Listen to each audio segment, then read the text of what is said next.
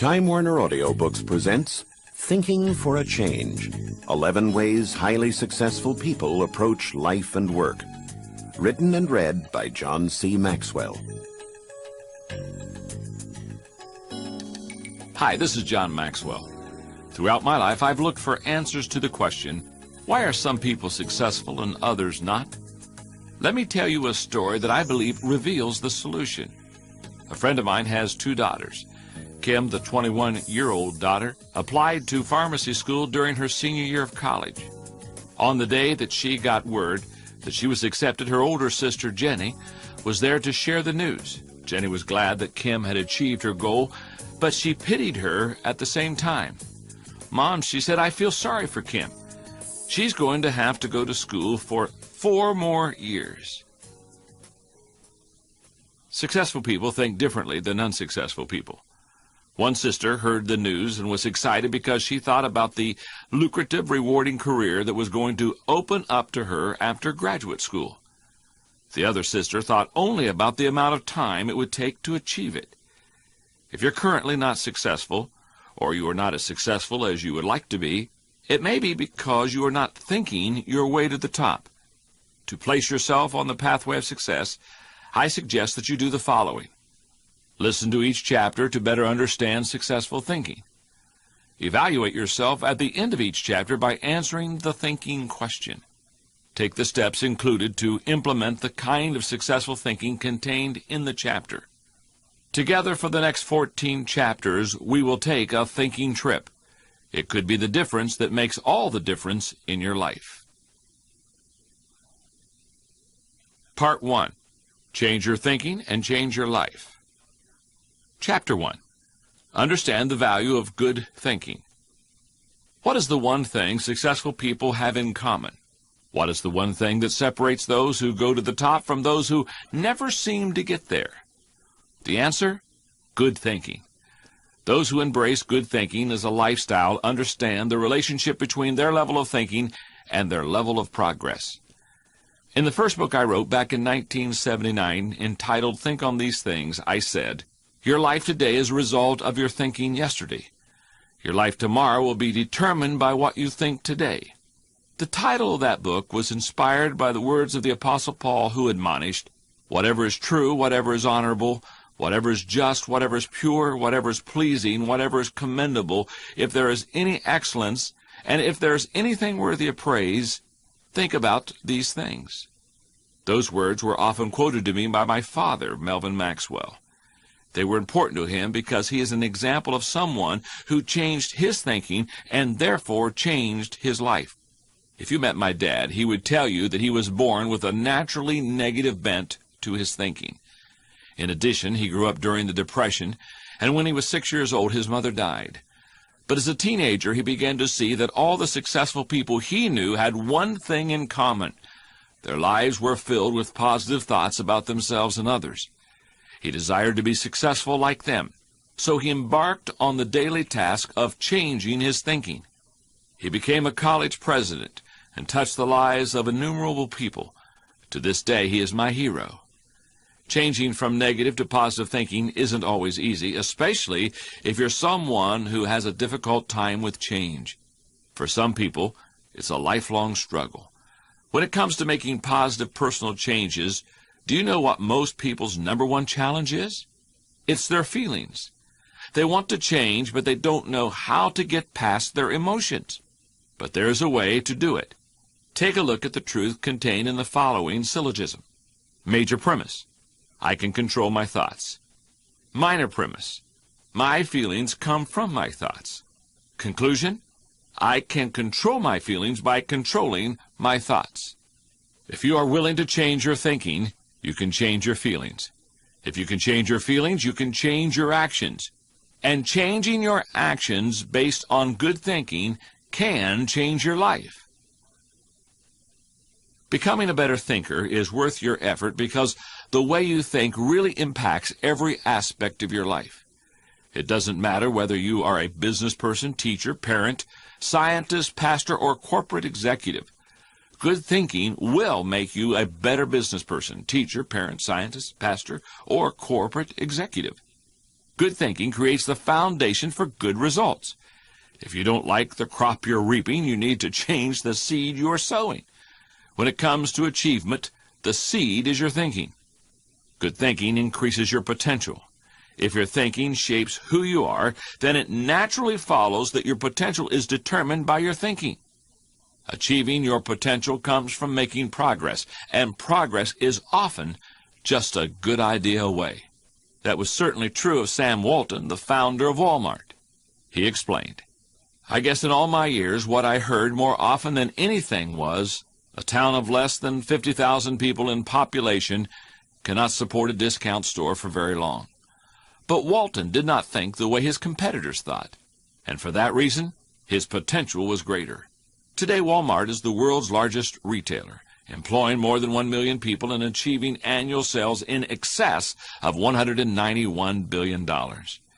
Every week, more than 100 million customers visit Walmart stores. For many people, the greatest detriment to their success tomorrow is their thinking today. If their thinking is limited, so is their potential. But if people can keep growing in their thinking, they will constantly outgrow what they're doing. Good thinking produces more good thinking if you make it a habit.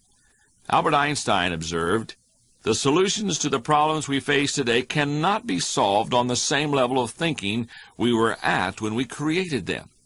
Look around you, and you'll see that it is true. The world keeps getting more and more complicated.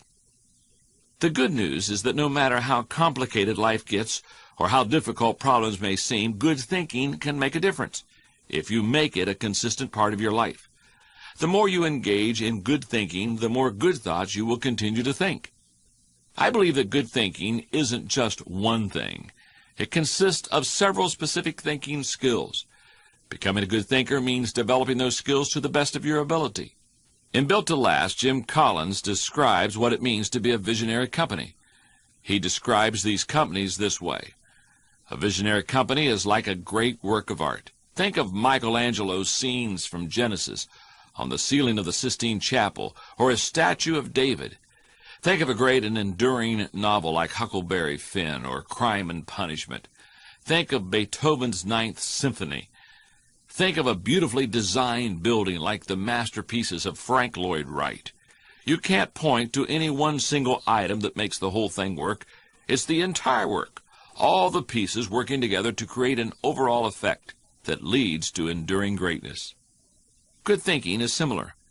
You need all the thinking pieces to become the kind of person who can achieve great things. Those pieces include the following 11 skills. Seeing the wisdom of big-picture thinking. Unleashing the potential of focused thinking. Discovering the joy of creative thinking. Recognizing the importance of realistic thinking. Releasing the power of strategic thinking. Feeling the energy of possibility thinking. Embracing the lessons of reflective thinking. Questioning the acceptance of popular thinking. Encouraging the participation of shared thinking. Experiencing the satisfaction of unselfish thinking, and enjoying the return of bottom-line thinking. As you become acquainted with each skill, you will discover that you do some well and others you don't. Learn to develop each of these kinds of thinking, and you will become a better thinker. Master all that you can, and your life will change. Gabe Lyons, an Enjoy vice president, recently attended an event at the Fox Theater in downtown Atlanta and came back completely on fire with enthusiasm. The speaker for the occasion was Jack Welch, former CEO of General Electric. Jack Welch came to promote his book, Jack, Straight from the Gut, but he didn't read from the book or give a canned lecture. He did something much more valuable for his audience. He answered their questions. Gabe said, "A young guy asked, 'When you were my age, what did you do that elevated yourself among all of your other associates? How did you stand out in the crowd of all of the other young, ambitious, and driven colleagues of your day?' Jack responded, 'The first thing you must understand is the importance of getting out of the pile. The only way you are going to stand out to your boss is to understand this simple principle. When your boss asks you a question, assigns a basic project, or sends you out to gather some data, You must understand that your boss already knows the answer that he's looking for. As a matter of fact, in most cases, he simply wants you to go out and confirm what he already believes is true in his gut. Most people simply go out and do just that, Jack continued, confirm what their boss believes to be true. But here is the difference maker. You must understand that the question is only the beginning. When your boss asks you a question, that question should become the jumping off point for several more ideas and thoughts. If you want to elevate yourself, you must sink your thoughts and time into not only answering the question, but going above and beyond it to add value to the train of thought your boss was on. Practically speaking, that means coming back to the table and presenting to your boss not only an answer, but 3 or more other ideas, options, and perspectives that were probably not previously considered by your boss. The goal is to add value to the idea and the thought by exceeding expectations when the question is given to you. This is true not only with questions, but assignments, initiatives, and everything else ever given to you to run with by upper management. Ask yourself this thinking question: do I believe that good thinking can change my life? Take the next step toward understanding good thinking. Who are the best thinkers you know? Name them. What separates them from the rest of the crowd? Describe what's different about them. Choose one of those thinkers and try to arrange to spend some time with him or her. Who you associate with matters. In the past, how would you have defined good thinking? How would you describe it now? What personal or professional issues have created ongoing obstacles to your progress? Don't try to solve them now. Simply describe them on a piece of paper or at your computer. Chapter 2. Realize the impact of changed thinking. It's easy to believe that unsuccessful people need to change their thinking, but how about people who have already achieved a degree of success? Can individuals go to the next level without changing the way they think? Karen Ford didn't set out in life to be a business person or an entrepreneur. She started out as a teacher. For 10 years, she taught second grade, and she was a good teacher. But when her second child was born, he was diagnosed with a heart condition that required him to receive medication every 4 hours every day for a year. So Karen left her job and stayed home to take care of her son. That put her family in a bit of a financial bind. That's when she decided to try selling Mary Kay cosmetics. It appealed to her because she could earn $50 a week to make up for her lost teaching income. She made plans to do that for a year, and then, when her son was well, she would return to her career in teaching. But she found out that she really enjoyed working with Mary Kay, and she was really good at it. I was making more income than I ever thought possible in my life, she says. I was being awarded diamonds, trips, cars. She never returned to the classroom. For the next couple of years, Karen worked hard selling products, recruiting like-minded women, and building her own organization. At Mary Kay, each woman is an independent business person. The company, which now has over 750,000 beauty consultants working with it, has this philosophy: in business for yourself, but not by yourself. Karen's success soon made her part of an exclusive group. She was one of 8,200 independent sales directors. But she believed she was capable of going to the highest level in Mary Kay. She wanted to become a national sales director. For the next 5 years, Karen worked tirelessly to achieve her goal. She recruited people. She increased her sales from $500,000 a year to over $650,000. She felt that she had done everything needed to make it to the highest level. But when the call finally came from Mary Kay in 1995, it was to tell her that she had not been appointed a national sales director. Karen was told that the main reason she hadn't made it was that she had gathered a bunch of followers who were simply trying to carry out her dreams and goals, not leaders who could achieve on their own and rally others to succeed. Karen was ready to quit Mary Kay. She attempted multiple times to write her letter of resignation, but she just couldn't do it. She kept thinking about the people in her organization and the hopes and the dreams they had. She didn't want to change her goal. Instead, she determined to change herself. She went on a personal growth binge, devouring every leadership book and tape she could get her hands on. She made it her goal to learn how to lead leaders. When she reemerged and began to work with her people again, she started creating strategies and systems that would help her people to grow as she had. And she determined to become the best business person she could at her current level.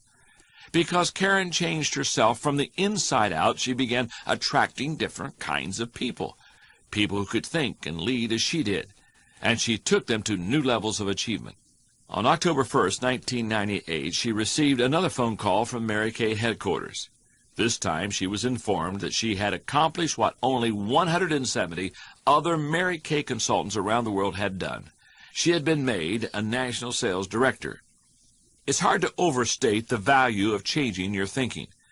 Good thinking can do many things for you. Generate revenue, solve problems, and create opportunities. It can take you to a whole new level, personally and professionally. It really can change your life. Here are some things you need to know about changing your thinking. Changed thinking is not automatic. The unhappy truth is that a change in thinking doesn't happen on its own. Good ideas rarely go out and find the person. If you want to become a better thinker, you need to work at it. But the good news is that once you begin to become a better thinker, the good ideas keep coming. Change thinking is difficult. The only people who believe thinking is easy are those who aren't in the habit of engaging in it. Nobel Prize-winning physicist Albert Einstein, one of the best thinkers who ever lived, asserted, "Thinking is hard work. That's why so few do it." Change thinking is worth the investment. When you take the time to learn how to change your thinking and become a better thinker, you are investing in yourself. A human mind with the ability to think well is like a diamond mine that never runs out. Changed thinking is the best gift that you can give others. While learning to think better is a great investment in yourself, teaching someone else to think better is the greatest present you can give them because it represents the gift of unlimited potential. Most people who are not content with their lives don't know the reason why. Often they suspect that circumstances or other people are to blame. Those who are more honest and self-aware know that the problem lies inside of them, yet they still have trouble getting to the root of the issue. They desire to change, but they don't do anything differently so that they can change. The truth is that only when you make the right changes to your thinking do other things begin to turn out right in your life. The process of changing your life begins when you take responsibility to change your thinking. Follow the process faithfully, and it will result in your experiencing a changed life. Here's how it works. Step 1. Changing your thinking changes your beliefs. As you strive to change your thinking, tell yourself these 3 things. Change is personal. I need to change. Change is possible. I'm able to change. Change is profitable. I'll be rewarded by change. Step 2. Changing your beliefs changes your expectations. A belief is not just an idea that you possess, it's an idea that possesses you. There is a great power in belief because it changes an individual's expectations. When Karen Ford changed her thinking and built her beliefs on a new foundation of growth, she had more than just hope and a dream to carry her forward. She expected to achieve her goal because she had done the hard work of changing to prepare for it. Step 3. Changing your expectations changes your attitude. Our expectations have a tremendous impact on our attitudes. Negative expectations are a quick route to dead-end thinking. Positive expectations bring a positive attitude. They produce excitement, conviction, desire, confidence, commitment, and energy, all characteristics that help a person to achieve success. If you would like to possess these qualities in greater abundance, then the way to do it is to raise your expectations. Step 4. Changing your attitude changes your behavior. Have you ever observed how your mood affects the way you act? When you are feeling particularly happy, are you more energized? Are you more likely to be kind to others? Do you take on tasks more readily and complete them with confidence and competence? How about when you're having a really bad day? Do you get less work done? Are you less patient with your family and colleagues? Does everything seem like a chore? An attitude is little more than a mood or predominant emotion sustained over time. Your behavior is always impacted by your attitude. The two cannot be separated from one another. Step 5. Changing your behavior changes your performance. When I was in my 20s, I decided I wanted to become a better golfer. I went to see a golf professional to get some advice on how to improve. "You're using a baseball grip," the pro told me. "You're never going to improve until you change it." Then he showed me the proper way to hold the golf club. "I don't know if I'll ever be able to do it this way," I complained. "It's up to you," he answered. "You can do it the old way, but you'll never get any better." My performance would depend on a change in behavior. I made the change. Reaching new goals and moving to a higher level of performance always requires change, and change is awkward. However, take comfort in the knowledge that if a change doesn't feel uncomfortable, then it's probably not really a change. Step 6. Changing your performance changes your life. When you change your performance, that is, what you're able to do on a consistent basis, then you have the power to change your life. Although I write a lot of books, my primary career is in communication.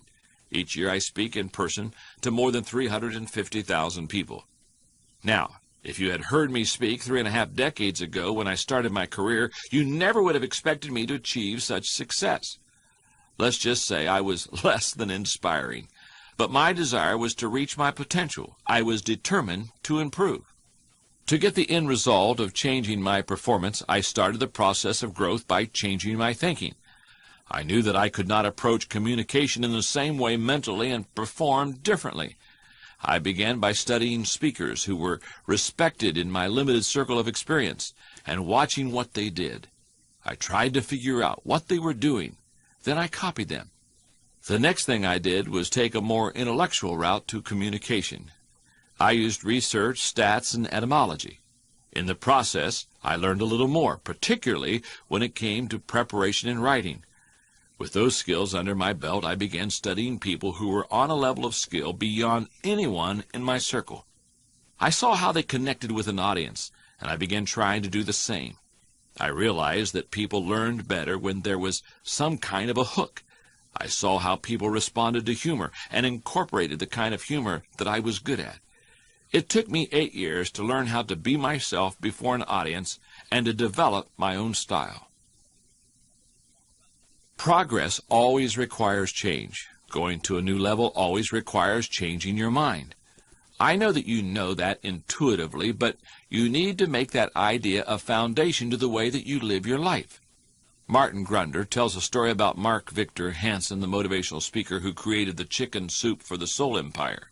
Years ago, before his great success, Hansen approached Tony Robbins at an event where both of them were speaking, and he said, "Tony, I've been doing this for a long time, and I'm doing okay. I'm making about $1 million a year doing what I'm doing. I know for a fact that you made $156 million last year with your speaking and teaching and all of your products. How do you do it? How can I do it?" Grunder says Robbins turned to Hansen and asked, "Who is in your mastermind group?"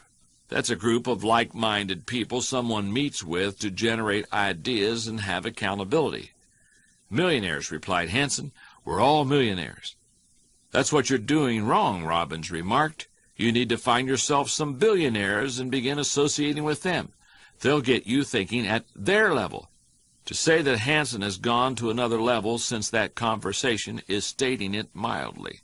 His goal is to sell 1 billion chicken soup books, and he is well on his way to accomplishing that. Do you want to succeed where you have failed before? Do you want to go to a level you never even dreamed possible? If you do, don't start by trying to change your actions. Start by changing your mind. Nothing else you can do will have as great an impact. Thinking question. Is my desire for success and to improve my life strong enough to prompt me to change my thinking? Measuring the impact of changed thinking. When Karen Ford faced obstacles in her path to the next level and failed, she was tempted to quit. How have you handled similar situations? List several major disappointments you've faced in your career or personal life and how you responded. Now ask yourself, when you have tried to improve your life in the past, Where have you focused your energy?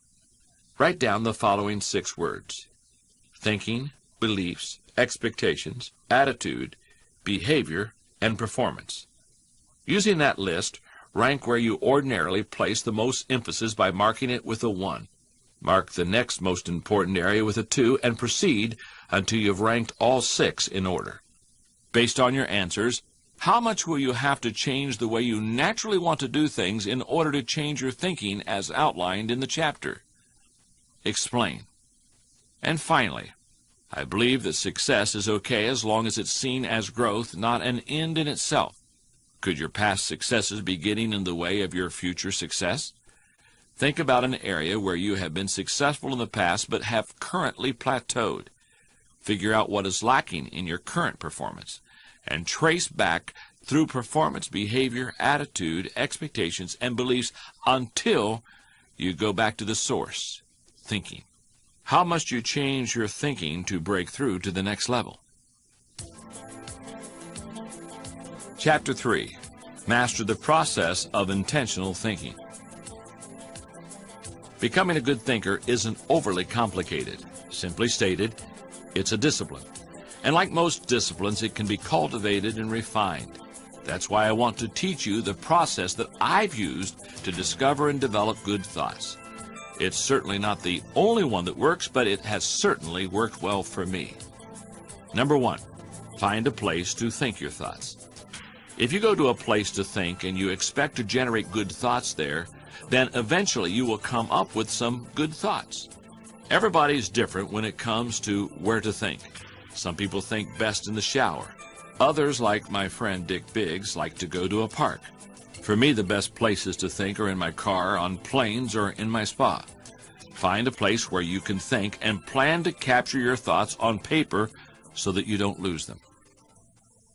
Number 2, shape your thoughts. Rarely do ideas come fully formed and completely worked out. Most of the time, they need to be shaped until they have substance. During the shaping time, you want to hold an idea up to strong scrutiny.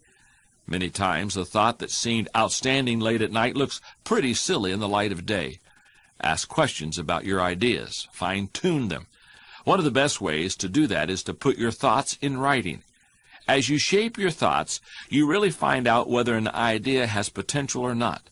By asking questions, you gain perspective on your ideas. Number 3, stretch your thoughts. If you come upon great thoughts and spend time mentally shaping them, don't think you're done and can stop there. If you do, you will miss some of the most valuable aspects of the whole thinking process. You miss bringing others in and expanding ideas to their greatest potential. If you really want to take an idea to the highest level, ask others to help you. I've found that there's a kind of formula that can help you stretch your thoughts. It says, the right thought plus the right people in the right environment at the right time for the right reason equals the right result. It's a combination that's hard to beat. Here's why. The right thought. Everything begins with the seed of an idea. The right people. When you expose an idea to the right people, incredible things can happen to that idea. The original thought often grows along with its vision, power, and impact. Who are the right people to stretch a vision? They are the ones who love you and embrace your vision, know you and strengthen your vision, and complement you and enlarge your vision. The right environment. A right environment is one where thinking is valued, ideas flow freely, fresh eyes are welcome, change is expected, questions are encouraged, egos are checked, ideas stimulate better ideas, and thinking generates teamwork. If you are in a wrong environment, then you need to find one that encourages you. If you're a leader, you need to realize that you are creating the environment that you are in. The right time. Ideas are fragile things when they first see the light of day. If you try to implement them too early or introduce them while there are more naysayers than supporters, they won't survive. When you are still in the stretching stage of an idea, present it without time frames or rigidly defined goals. Thoughts must be allowed to breathe before you harness them. The right reason. J.P. Morgan said a man always has 2 reasons for doing anything. a good reason and the real reason. Motives matter. If your ideas are motivated by adding value to others rather than just yourself, people will be more inclined to help you stretch them. Sometimes a thought is only a springboard to a greater idea, but without that springboard, the great idea would never be found. Sometimes a thought becomes great when it is partnered with another great idea. And sometimes a thought is remarkable just as it is and only needs to be fleshed out. Finding a place to stretch your thoughts gives you a chance to take that idea as far as it can go. Number 4, land your thoughts. Any idea that remains only an idea doesn't make a great impact. The truth is that the real power of an idea comes when it goes from abstraction to application. If you want your thoughts to make an impact, you need to land them with others first so that they can someday be implemented. As you plan for the application phase of the thinking process, land your ideas first with yourself. Landing an idea with yourself will give you integrity. People will buy into an idea only after they buy into the leader who communicates it. That won't happen if the leader doesn't believe in it himself. Land your idea with key players. Let's face it, no idea will fly if it isn't embraced by the influencers. Landing an idea with the influencers in your organization, for example, will increase your influence. After all, they are the people who carry thoughts from idea to implementation. And then, land your idea with those most affected. Landing thoughts with the people on the firing line will give you great insight. Those closest to changes that occur as a result of a new idea are able to give you a reality read. And that's important, because sometimes, even when you've diligently gone through the process of creating a thought, shaping it, and stretching it with other good thinkers, you can still miss the mark. Number 5, fly your thoughts. What good is thinking if it ultimately has no application in real life? If your thinking is totally separate from your actions, then it's not productive. And that's the value of learning how to master the process of thinking well. It leads you to productive thinking. If you're able to develop the discipline of good thinking and turn it into a lifetime habit, then you will be productive all of your life. Once you've created, shaped, stretched, and landed your thoughts, then flying them can be fun and easy. Give your plans the right amount of thinking time, and you'll find that the implementation time decreases and the results get better. Your thinking time is like the runway of an airport. Just as the larger planes need a longer runway to fly, big ideas need a long runway of thinking to be launched. In every chapter, I will give you a practical way to approach the kind of thinking explained in that chapter. For this chapter on mastering the process of good thinking, I recommend the following 6 steps. Number 1, expose yourself to good input. Good thinkers are always looking for things to get the thinking process started. However, what you put in always impacts what comes out. I recommend that you read books, review trade magazines, listen to tapes, and spend time with good thinkers. And when something intrigues you, whether it's someone else's idea that you discovered or a seed of an idea that you've come up with, keep it in front of you. Put it somewhere in your favorite thinking place to stimulate your thinking. Number 2, expose yourself to good thinkers. Another way to gain good input is by spending time with the right people. All of the people in my life whom I consider to be close friends or colleagues are thinkers. They are constantly trying to grow and learn. The writer of Proverbs observed that sharp people sharpen one another, just as iron sharpens iron. If you want to be a sharp thinker, get around sharp people. Number 3, choose to think good thoughts. To become a good thinker, you must become intentional about your thinking process. Regularly put yourself in the right place to think, shape, stretch, and land your thoughts. Make it a priority. Remember, thinking is a discipline. Recently, I had breakfast with Dan Cathy, the president of Chick-fil-A, a fast food chain with its headquarters in the Atlanta area. I asked him if he made thinking time a high priority in his life. Not only did he say yes, but he told me about what he calls his thinking schedule. It helps him to fight the hectic pace of life that discourages intentional thinking. Dan says he sets aside time just to think for a half a day every 2 weeks, for 1 whole day every month, and for 2 or 3 full days every year. Dan explains, "This helps me to keep the main thing, since I am so easily distracted." You may want to do something similar to what Dan does, or you can develop a schedule or method of your own. No matter what you choose to do, go to your thinking place, take paper and pen, and make sure you capture your ideas in writing. Number 4, act on your good thoughts. Ideas have a short shelf life. You must act on them before the expiration date. The ultimate goal of thinking is application. World War I flying ace Eddie Rickenbacker said, "I can give you a 6-word formula for success. Think things through, then follow through." Number 5, allow your emotions to create another good thought. When I was a pastor, I counseled many people. In that process, I discovered that for some people, the greatest challenge to becoming a good thinker is their emotional turmoil or baggage. Past hurts or current worries prevent them from spending productive time thinking. To start the thinking process, you cannot rely on your feelings. If you wait until you feel like doing something, you will likely never accomplish it. The same is true for thinking. You cannot wait until you feel like thinking to do it. However, I found that once you engage in the process of good thinking, you can use your emotions to feed the process and create mental momentum. Try it for yourself.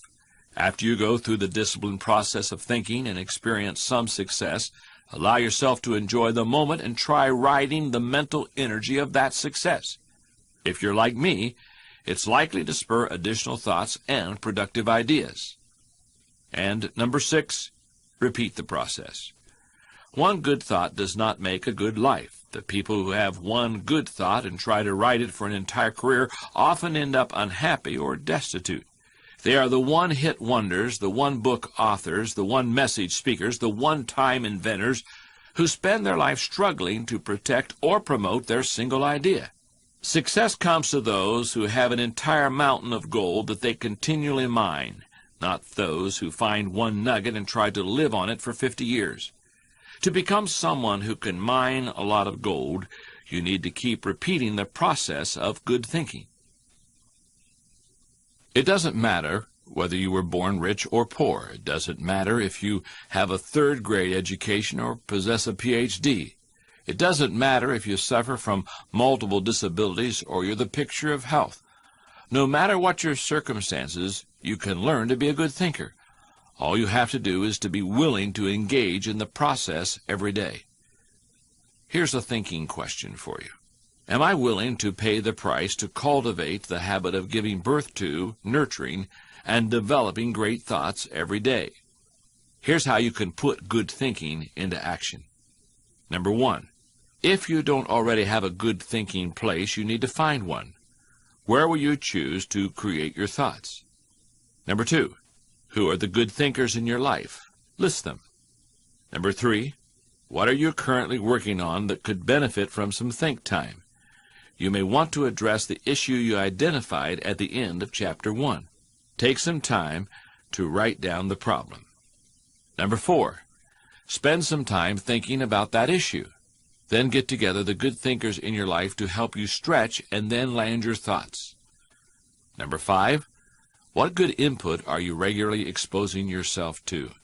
Do you have a plan for growth? What magazines, journals, or tape services do you subscribe to just to challenge yourself as a thinker? If you don't already do that, then begin immediately. Choose 3 to 5 resources that you can begin using to improve yourself. Part 2, 11 Thinking Skills Every Successful Person Needs. Chapter 4, Acquire the Wisdom of Big Picture Thinking. If someone told you that on the longest day of the year, you would be able to look deep into an old-fashioned well that was located in a certain town and see the sun reflected in the water, what would you think?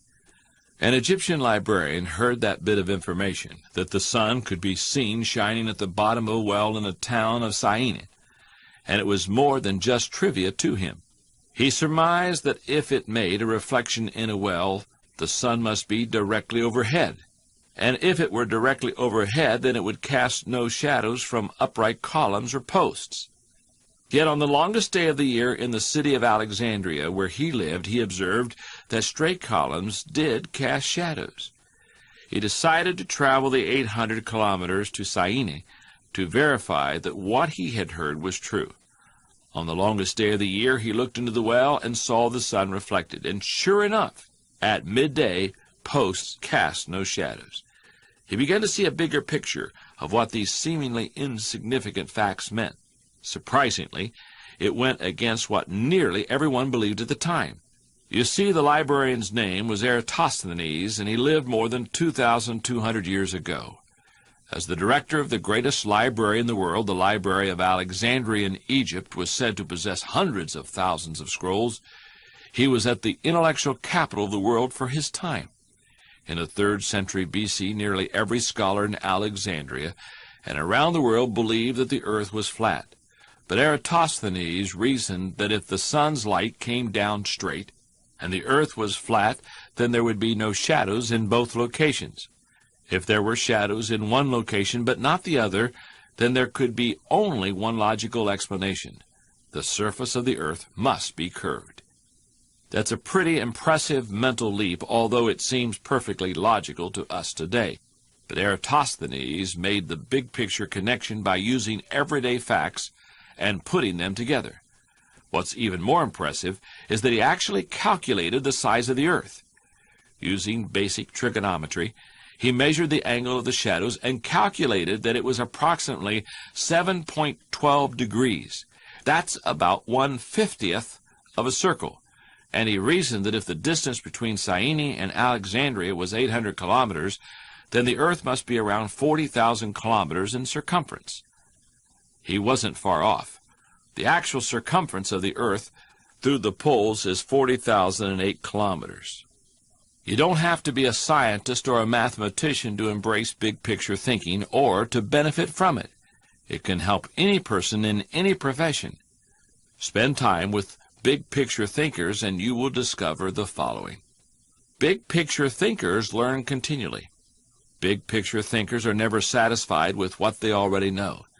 They are always visiting new places, reading new books, meeting new people, learning new skills, and because of that practice, they are often able to connect the unconnected just as Eratosthenes did. They are lifelong learners. One of the things that I do to help me to maintain a learner's attitude is spend a few moments every morning thinking about my learning opportunities for the day. As I review my calendar and to-do list, knowing who I will meet that day, what I will read, which meetings I will attend, I note where I am most likely to learn something, and I mentally cue myself to look attentively for something that will improve me.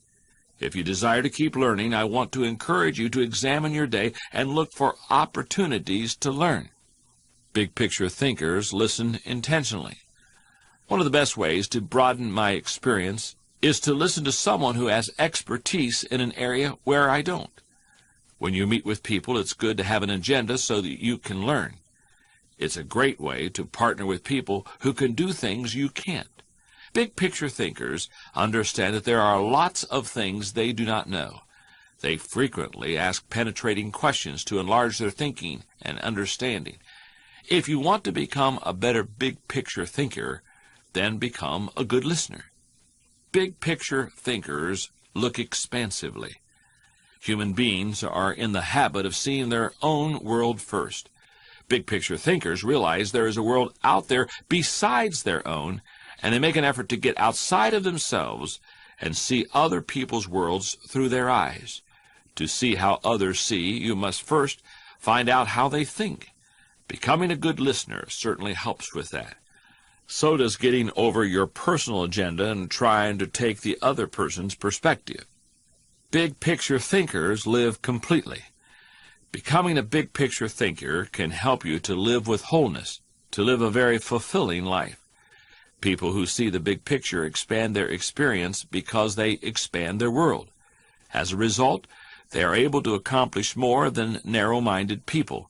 And they experience fewer unwanted surprises too, because in any given situation, they are more likely to see the many components involved: issues, people, relationships, timing, and values. They are also, therefore, usually more tolerant of other people in their thinking. Intuitively, you probably know that big picture thinking is beneficial. After all, few people want to be close-minded. No one sets out to be that way. But just in case you're not completely convinced, here are several specific reasons why you should make the effort to become a better thinker when it comes to the big picture. Number one, big picture thinking allows you to lead. A few years ago in Leadership Journal, Lynn Anderson described an incident from American history as an illustration of limited thinking. More than 3 centuries ago, the Pilgrims landed on the shores of the American continent with great courage and vision. In their first year, a small group of settlers established a town. The next year, they elected a town council. In their third year, that council proposed building a road 5 miles into the wilderness for westward expansion. But the following year, the people criticized the proposal as a waste of public funds. Evidently, they couldn't see the big picture. As Anderson pointed out, the Pilgrims had once been able to see across the oceans. They now could not look 5 miles into the wilderness. You can find many big-picture thinkers who aren't leaders, but you will find few leaders who are not big-picture thinkers. Leaders must be able to see the vision before their people do. In fact, leaders not only see the big picture before others do, they also see more of it. This allows them to size up situations taking into account many variables. Leaders who see the big picture discern potential possibilities as well as problems. As Max Dupree says, the first responsibility of leaders is to define reality. Doing that allows them to form a foundation to build the vision. Once they have done that, leaders can sketch a picture of where the team is going. Too often, when people present the big picture, it is drawn up as a bright image without any challenges or obstacles. That false portrait only leads to discouragement when people actually take the journey. The goal of leaders shouldn't be to merely make their people feel good, but to help them be good and accomplish the dream. The vision shown accurately will allow leaders to show how the future connects with the past to make the journey more meaningful. Most people want to touch their past before they are willing to reach out to their future. When they can do that, moving forward seems natural and right. When leaders recognize this need for connection and bridge it, then they can seize the moment when the timing is right. In leadership, when to move is as important as what you do. Number 2, big picture thinking keeps you on target. To get things done, you need focus. However, to get the right things done, you need also to consider the big picture. Only by putting your daily activities in the context of the big picture will you be able to stay on target. Number 3, big picture thinking allows you to see what others see. In human relations, one of the most important skills you can develop is the ability to see things from the other person's point of view. It's one of the keys to working with clients, satisfying customers, maintaining a marriage, raising children, helping those who are less fortunate, etc. All interactions with people are enhanced by the ability to put yourself in another person's shoes. How do you get outside of yourself and look at things from another perspective? You look beyond yourself, your own interest, and your own world. You look at the big picture. When you work to consider an issue from every possible angle, examine it in the light of other people's history, discover other people's interests and concerns, and try to set your own agenda, you begin to see what others see. And that is a powerful thing when it comes to working with people. Number 4, big picture thinking promotes teamwork. If you participate in any kind of team activity, then you know how important it is that team members see the whole picture, not just their own part. Anytime a person doesn't know how his work fits with that of his teammates, then the whole team is in trouble. The better the grasp team members have of the big picture, the greater their potential to work together as a team. Number 5, Big picture thinking keeps you from being caught up in the mundane. Let's face it, there are aspects of everyday life that are absolutely necessary but thoroughly disinteresting. Big picture thinkers don't let the grind get to them because they don't lose sight of the all-important overview. They know that the person who forgets the ultimate is a slave to the immediate. I begin each day with a big picture mindset. To accomplish this, I look at my written agenda for the day.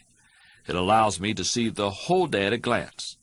Out of my schedule, I pick out the main event. This is the one event that is most important for me to do well, the thing that will make or break my day. In preparation for the day, I focus on that main event and ask myself, in order to make the main event a good event, what must I know? What must I do? What must I see? And what must I eliminate? Once I answer these questions, I am able to approach my day with a big picture perspective. Some things will be fun, some things won't. But with preparation, the most important thing will be done well. Number 6, big picture thinking helps you to chart uncharted territory. Have you ever heard the expression, "We'll cross that bridge when we come to it"? That phrase was undoubtedly coined by someone who had trouble seeing the big picture.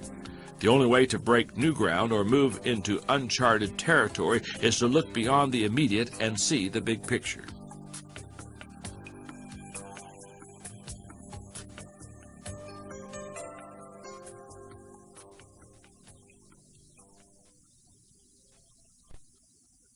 If your desire is to seize new opportunities and open new horizons, then you need to add big picture thinking to your abilities. To become a good thinker who is better able to see the big picture, keep in mind the following suggestions. Don't strive for certainty. One of the hallmarks of big picture thinkers is that they are comfortable with ambiguity. They don't try to force every observation or piece of data into pre-formulated mental cubbyholes. Their thinking is broad, and they can juggle a lot of seemingly contradictory thoughts in their minds. Learn from every experience. Big picture thinkers broaden their outlook by striving to learn from every experience. They don't rest on their successes, they learn from them. More importantly, they learn from their failures. They are able to do that because they remain teachable. In my book, Failing Forward, I described the teachable spirit this way. Teachability is an attitude, a mindset that says, no matter how much I know or think I know, I can learn from this situation. That kind of thinking can help you turn adversity into advantage. It can make you a winner even during the most difficult circumstances. If you desire to be a big picture thinker, then get out there and try a lot of things, take a lot of chances, and take time to learn after every victory or defeat. Gain insight from a variety of people. Big picture thinkers learn from their experiences, but they also learn a lot by receiving insight from other people, from customers, employees, colleagues, and leaders. If you desire to broaden your thinking and see more of the big picture, then you will need to seek out wise counselors to help you along the way. But be wise in who you ask for advice. Talk to people who know and care about you, know their field, and bring experience deeper and broader than your own. Give yourself permission to expand your world. If you want to be a big picture thinker, you're going to have to go against the flow of the world. Society wants to keep people in boxes. Most people are mentally married to the status quo. They want what was, not what can be. They seek safety and simple answers. To think big picture, you need to give yourself permission to go a different way, to break new ground, to find new worlds to conquer. And when your world does get bigger, you need to celebrate. Never forget, there's more out there in the world than what you've experienced. Putting big picture thinking into action. On a scale of 1 to 10, with 1 being narrow and 10 being expansive, how are you when it comes to big picture thinking? Do you see the whole picture, or are you more likely to focus in on just one aspect?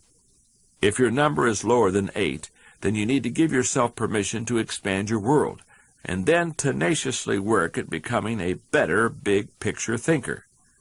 Pick a past problem or current project that you would like to use big picture thinking to improve. Then use the following 2 exercises to expand your thinking. First, find the opposites. What is the obvious solution for success concerning this issue? Write it down. Now, what is an opposite solution, something that would resolve the issue but seems to contradict the first idea? Write it down. Okay, how can you make those seemingly contradictory ideas work together? Second, gain insight from others. Take that same issue, problem, or project to 3 to 5 people who can give you insight on it. Be sure to pick good people using the criteria in the chapter. They must know and care about you, know their field, and bring experience deeper and broader than your own. And before you meet with each of them, spend adequate time formulating the questions you want to ask. That process will help you clarify the issues, and it will show the people you meet with how much you respect their time.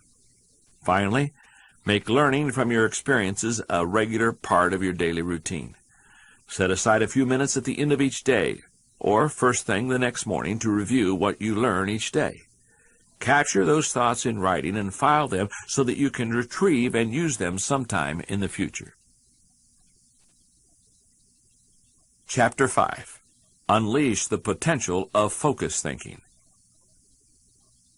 Most people spend lots of time drawing and coloring with crayons when they were kids. Unless you were born under a rock, you are probably familiar with the name Crayola. It is the most popular and recognized brand in the world when it comes to crayons. Every year, Pena and Smith, the company that makes Crayola products, manufactures nearly 3 billion crayons at a rate of 12 million a day. The company was founded in 1864. Up to the turn of the century, the company's main products were items such as red pigments for barn paint and carbon black used in making lamp black or automobile tires. Their primary method of product development was simple. Ask their customers what their needs were, and then develop products in the laboratory to meet those needs. In 1900, the company began making slate pencils for the educational market, and they found that teachers were happy to tell company representatives what they desired. When teachers complained about poor chalk, Pena and Smith produced a superior dustless variety. When they complained that they couldn't buy a decent American crayon, the best were imported from Europe and very expensive, they developed the Crayola.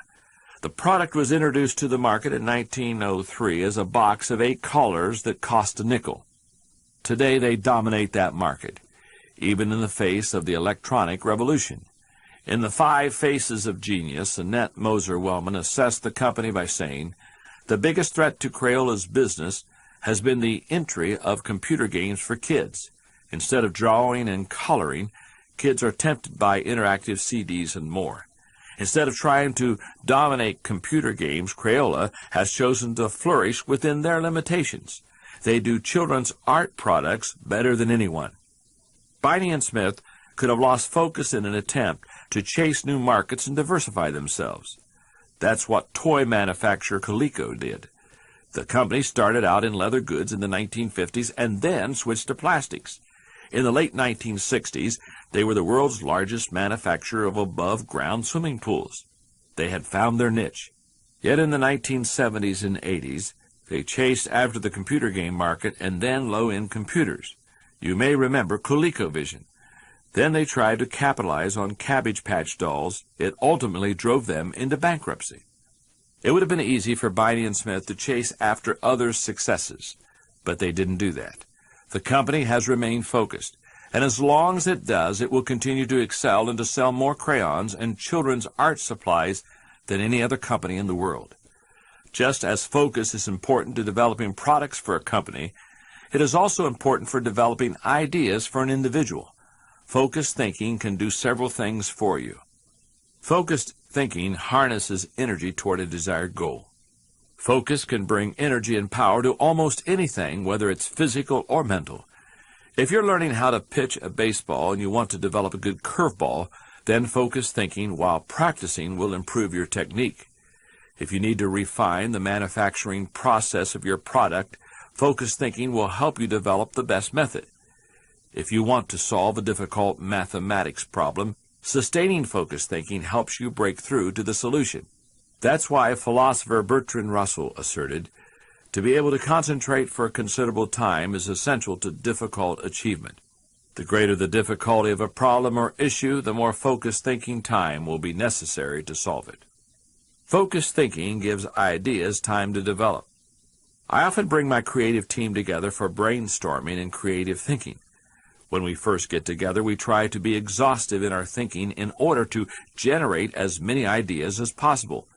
That has great value because the birthing of a potential breakthrough is often the result of sharing a lot of good ideas.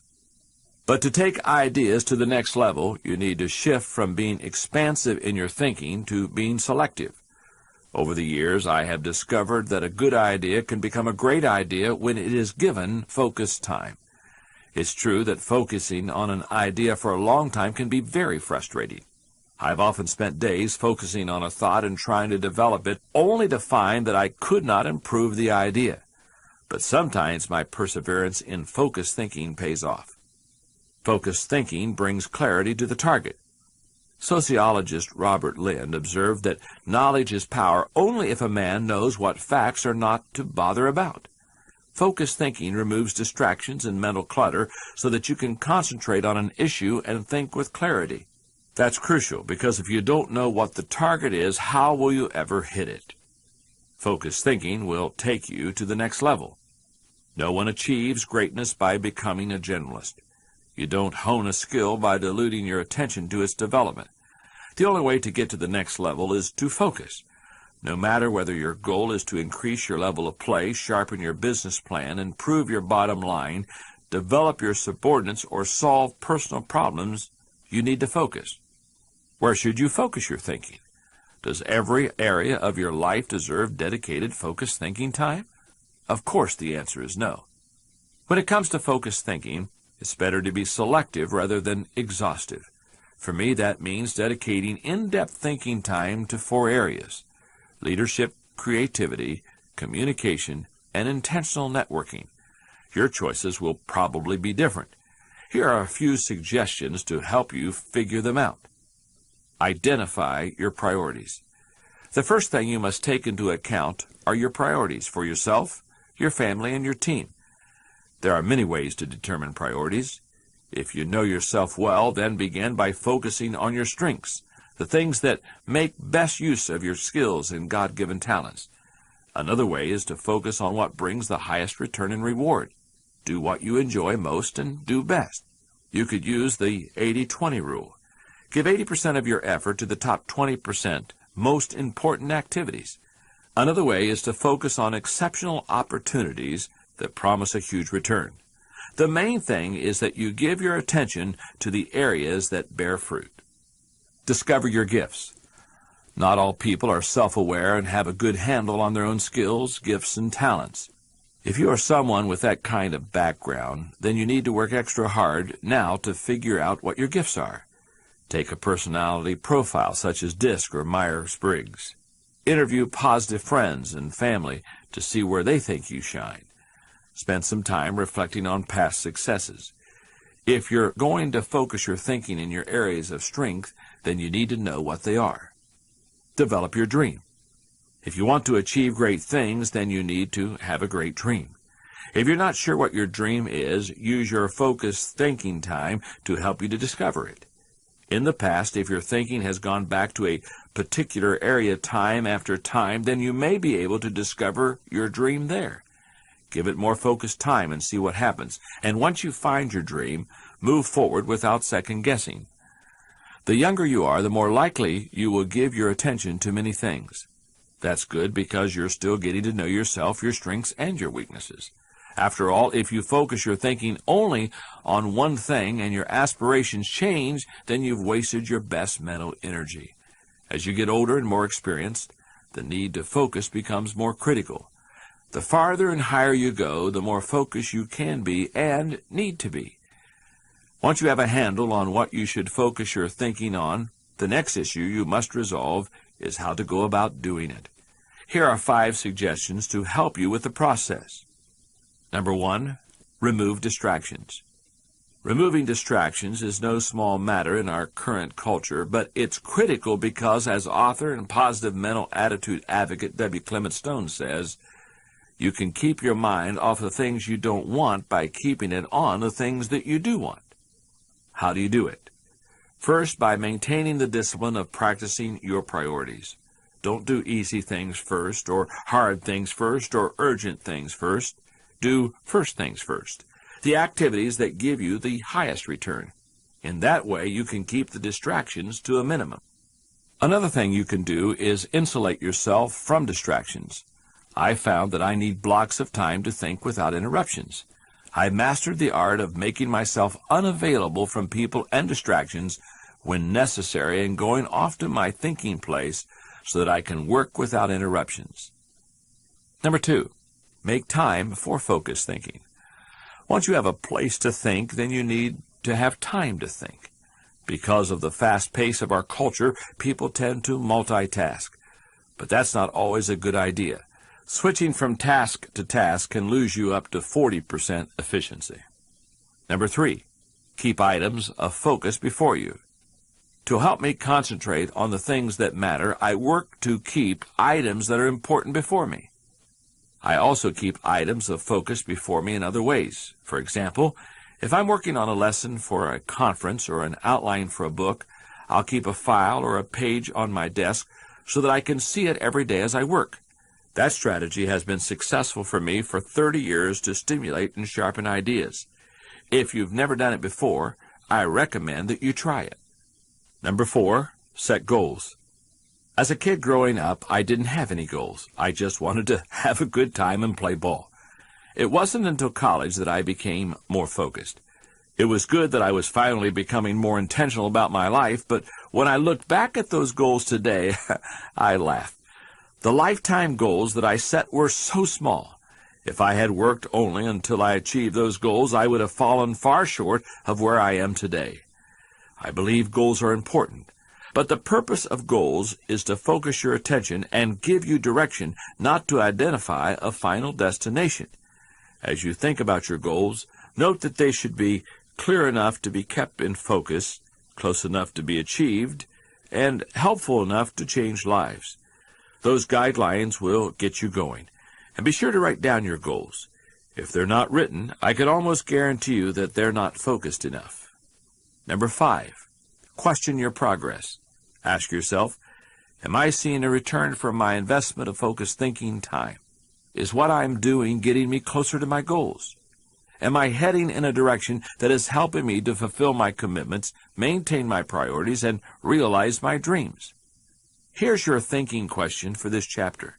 Am I dedicated to removing distractions and mental clutter so that I can concentrate with clarity on the real issue? Putting focused thinking into action. Rate yourself. On a scale of 1 to 10, with 1 being scattered and 10 being focused, how are you when it comes to being a focused thinker? The lower your number, the more time you need to carve out for focused thinking time. Now, go get your calendar and figure out how to schedule thinking time. Ideally, you should schedule some time daily as well as a good block of time once a week. Remember that to be effective, you must remove yourself from distractions, prevent unwanted interruptions, and be able to focus. Pick the best place and your most productive time of day for your focused thinking time. Then put it on your calendar and treat it as you would any important appointment. Our lives are most affected, for good and bad, by just a few events and decisions. Focused thinking can provide the arena to significantly impact those decisions and events. Determine which decisions currently on your plate are most important, and then schedule some of your thinking time during the week to address them. If you don't have goals, or your goals don't align with your dreams, then your focused time will be off track. Dedicate a large block of this week's thinking time to just thinking about and writing down your current goals. Chapter 6. Discover the joy of creative thinking. When I went off to college as an 18-year-old, one of my first classes was Psychology 101. The teacher wanted us to learn as much about ourselves as others, so we were constantly taking tests, filling out personality profiles, and self-assessment questionnaires. I vividly remember completing a profile a few weeks into the course that measured various natural talents. I don't recall in what area I recorded my highest score, but my lowest score was in creativity. That crushed me. Not only did I value creativity and desire it, but I knew I required it in order to pursue my chosen profession. I was studying to go into the ministry. That meant that I would be spending hours and hours every week of my life writing, and I would speak to an audience at least 2 or 3 times a week for the next 4 decades. If I don't have the innate ability to come up with the creative thoughts myself, I thought, then I'll mine the creative thoughts of others. I knew that I could become a collector of thoughts more easily than I could become a creator of thoughts. Every day during the 3.5 decades since then, I have read great books, gathered great thoughts, and filed them away by subject for future use. For years, as I've written lessons and books, when I need a quote, story, or article on a topic, I need only to look in my files to find several excellent pieces of material that I had filed away just for such an occasion. By becoming a person who was always on the lookout for creative ideas by others, I learned to become a creative thinker myself. You can change your way of thinking just as I did. Creative thinking isn't necessarily original thinking. Most often, creative thinking is a composite of other thoughts a person discovers along the way. Even the great artists, whom we consider to be highly original, learned from the masters before them, modeled their work on that of others, and brought together a host of ideas and styles to create their own work in the form of something new. Do you consider yourself to be highly creative? Perhaps you're not even sure what I mean when I begin to ask about whether you are a creative thinker. Let me explain a few of my observations. These are characteristics that creative thinkers have in common. Creative thinkers value ideas. Creativity is about having ideas, lots of them. You will have ideas only if you value ideas. People most often explore ideas in their own areas of interest. For example, that's what my wife Margaret does. She has a great love for design and interior decoration. Often when we're out together looking for antiques or decor items, I am amazed at how quickly she can find exactly what she's looking for. Margaret gets dozens of catalogs and magazines, and she regularly reviews them to see new items and trends. Because she values ideas, she always has lots of them. Creative thinkers explore options. I've yet to meet a creative thinker who didn't love options. Exploring a multitude of possibilities helps to stimulate the imagination, and when it comes to creativity, imagination is crucial. People who know me well will tell you that I place a very high value on options. Why? Because they provide the key to finding the best answer, not the only answer. For example, whenever team members come to me with a problem, I insist that they also supply 3 possible ways to solve them as well. Anyone can point out a problem. Only people who think well can present possible solutions. Creative thinkers embrace ambiguity. Creative people don't feel the need to stamp out uncertainty. They see all kinds of inconsistencies and gaps in life, and they often take delight in exploring those gaps, or in using their imagination to fill them in themselves. Creative thinkers celebrate the offbeat. Creativity, by its very nature, often explores off the beaten path and goes against the grain. Diplomat and longtime president of Yale University, Keenman Brewster, said, "There's a correlation between the creative and the screwball, so we must suffer the screwball gladly. To foster creativity in yourself or others, be willing to tolerate a little oddness." Creative thinkers connect the unconnected. Because a major aspect of creativity is based on utilizing others' ideas, there's great value in being able to connect one idea to another, especially to seemingly unrelated ideas. Years ago, when I began learning how to connect seemingly unconnected thoughts, I realized that it could often create something special. When you were a kid, did you ever play Connect the Dots? When you first looked at the page, it was just a jumble of dots. As you connected the dots, the picture the Creator had envisioned emerged at the end of your pencil. It's easy to connect the dots if you know where you're going. Likewise, it's easy to connect ideas when you have a plan. Once you begin to think, you are free to collect. You ask yourself, what material relates to this thought? Once you have the material, you ask, what ideas can make the thought better? After that, you can correct or refine it by asking, what changes can make these ideas better? Finally, you connect the ideas by positioning them in the right context to make the thought complete and powerful.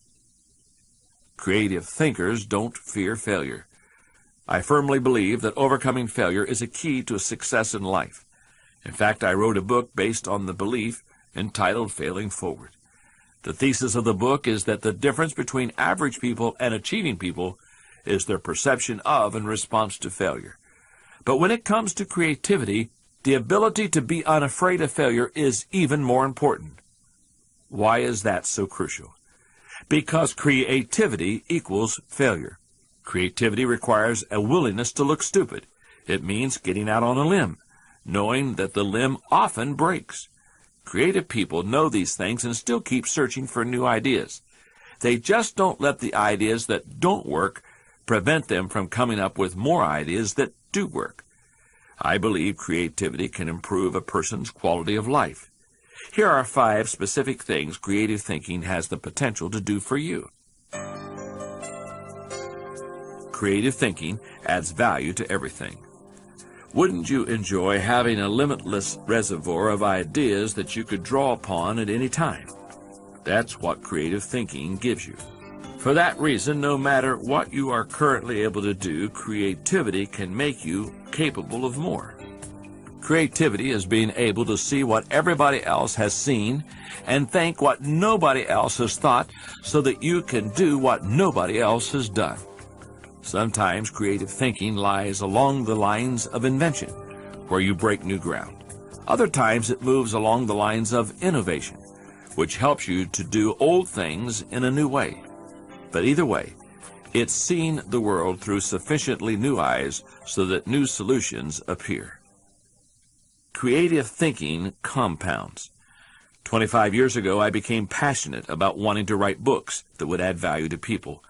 With great zeal, I started working on my first book. Then the cold water of reality began to douse my flames of passion for writing. I discovered that writing was difficult. I stuck with it and kept working on becoming more creative.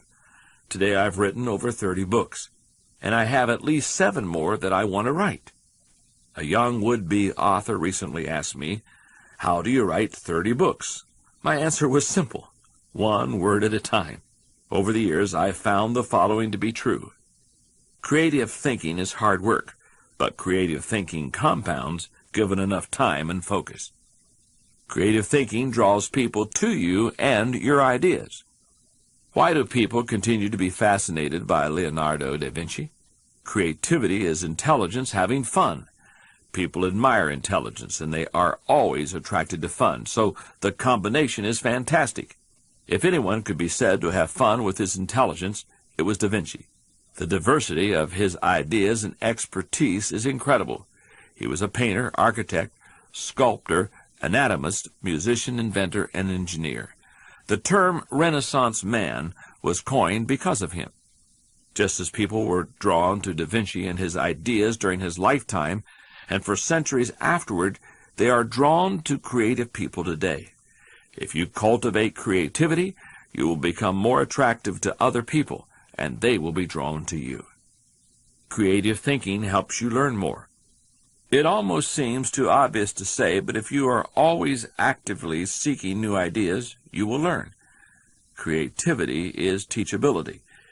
It's seeing more solutions than problems, and the greater the quantity of thoughts, the greater the chance for learning something new. Finally, creative thinking challenges the status quo.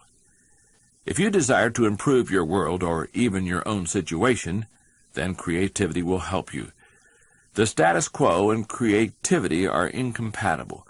Creativity and innovation always walk hand in hand.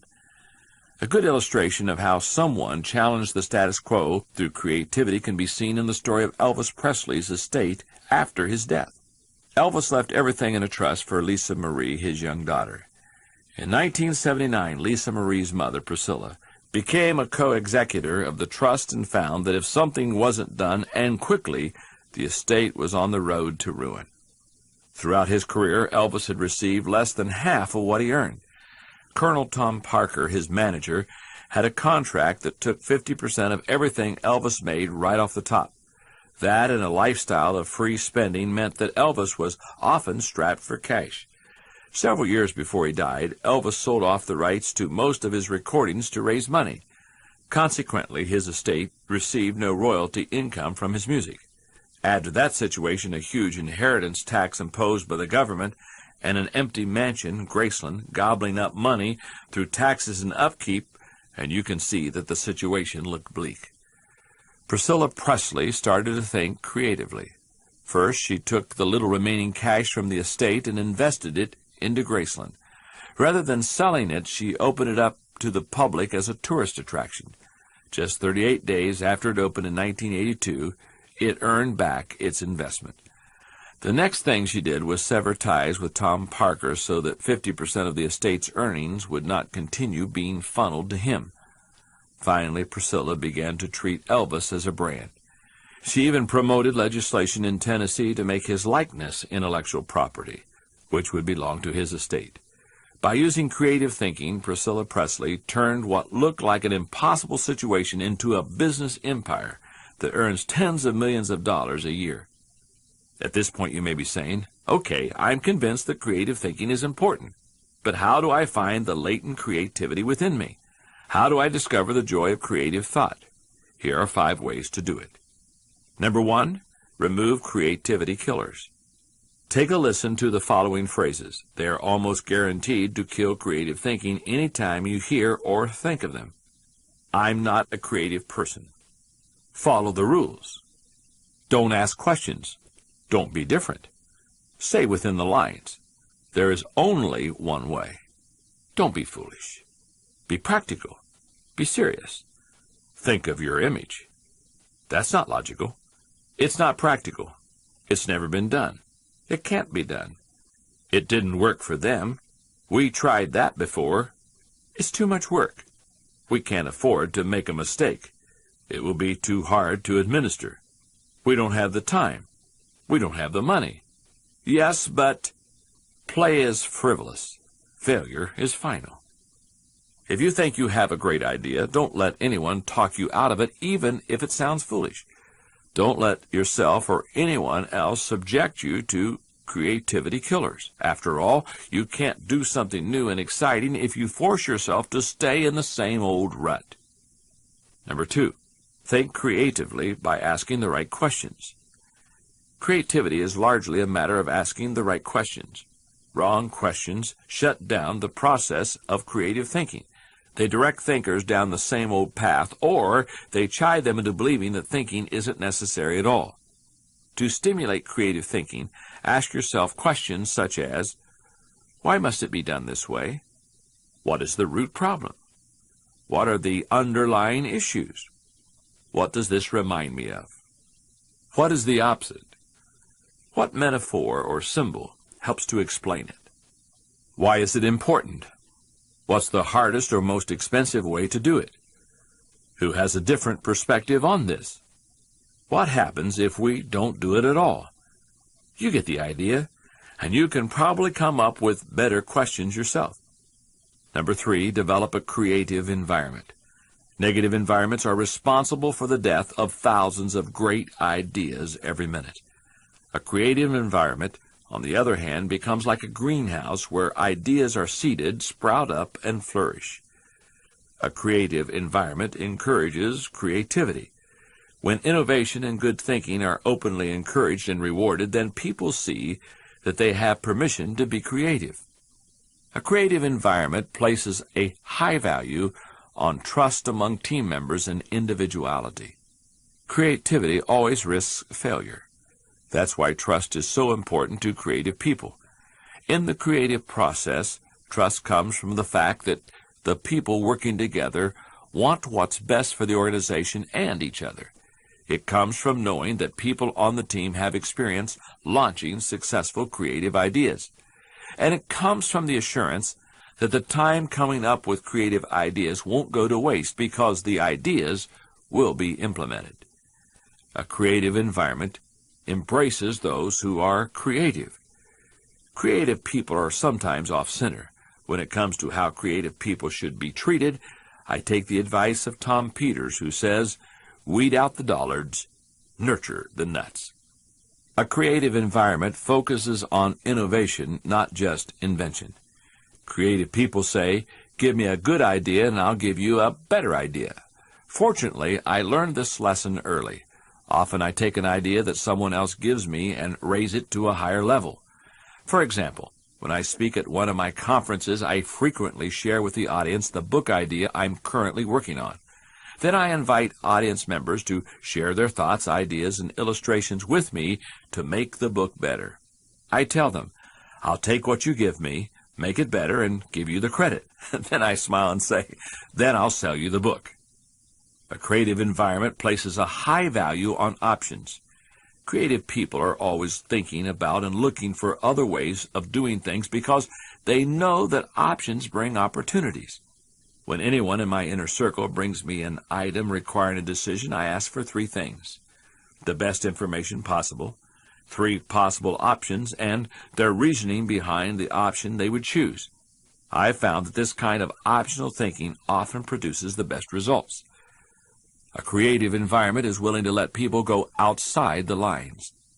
Most people automatically stay within the lines, even if they have been arbitrarily drawn or are terribly out of date.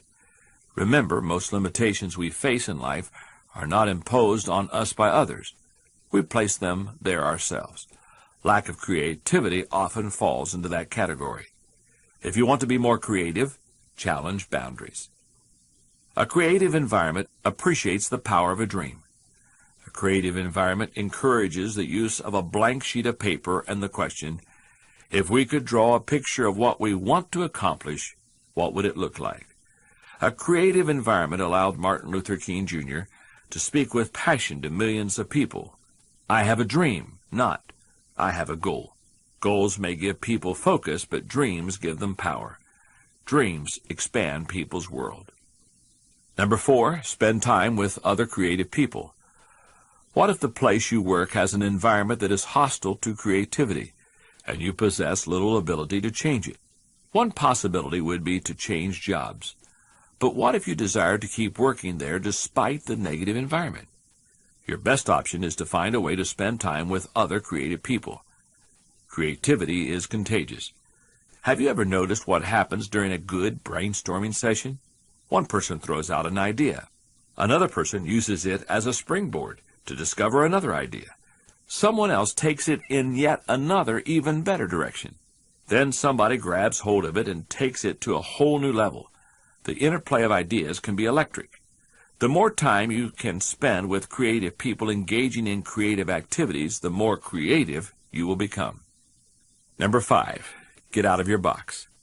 Actress Katharine Hepburn remarked, "If you obey all the rules, you will miss all the fun." While I don't think it's necessary to break all the rules, many are in place to protect us, I do think it's unwise to allow self-imposed limitations to hinder us.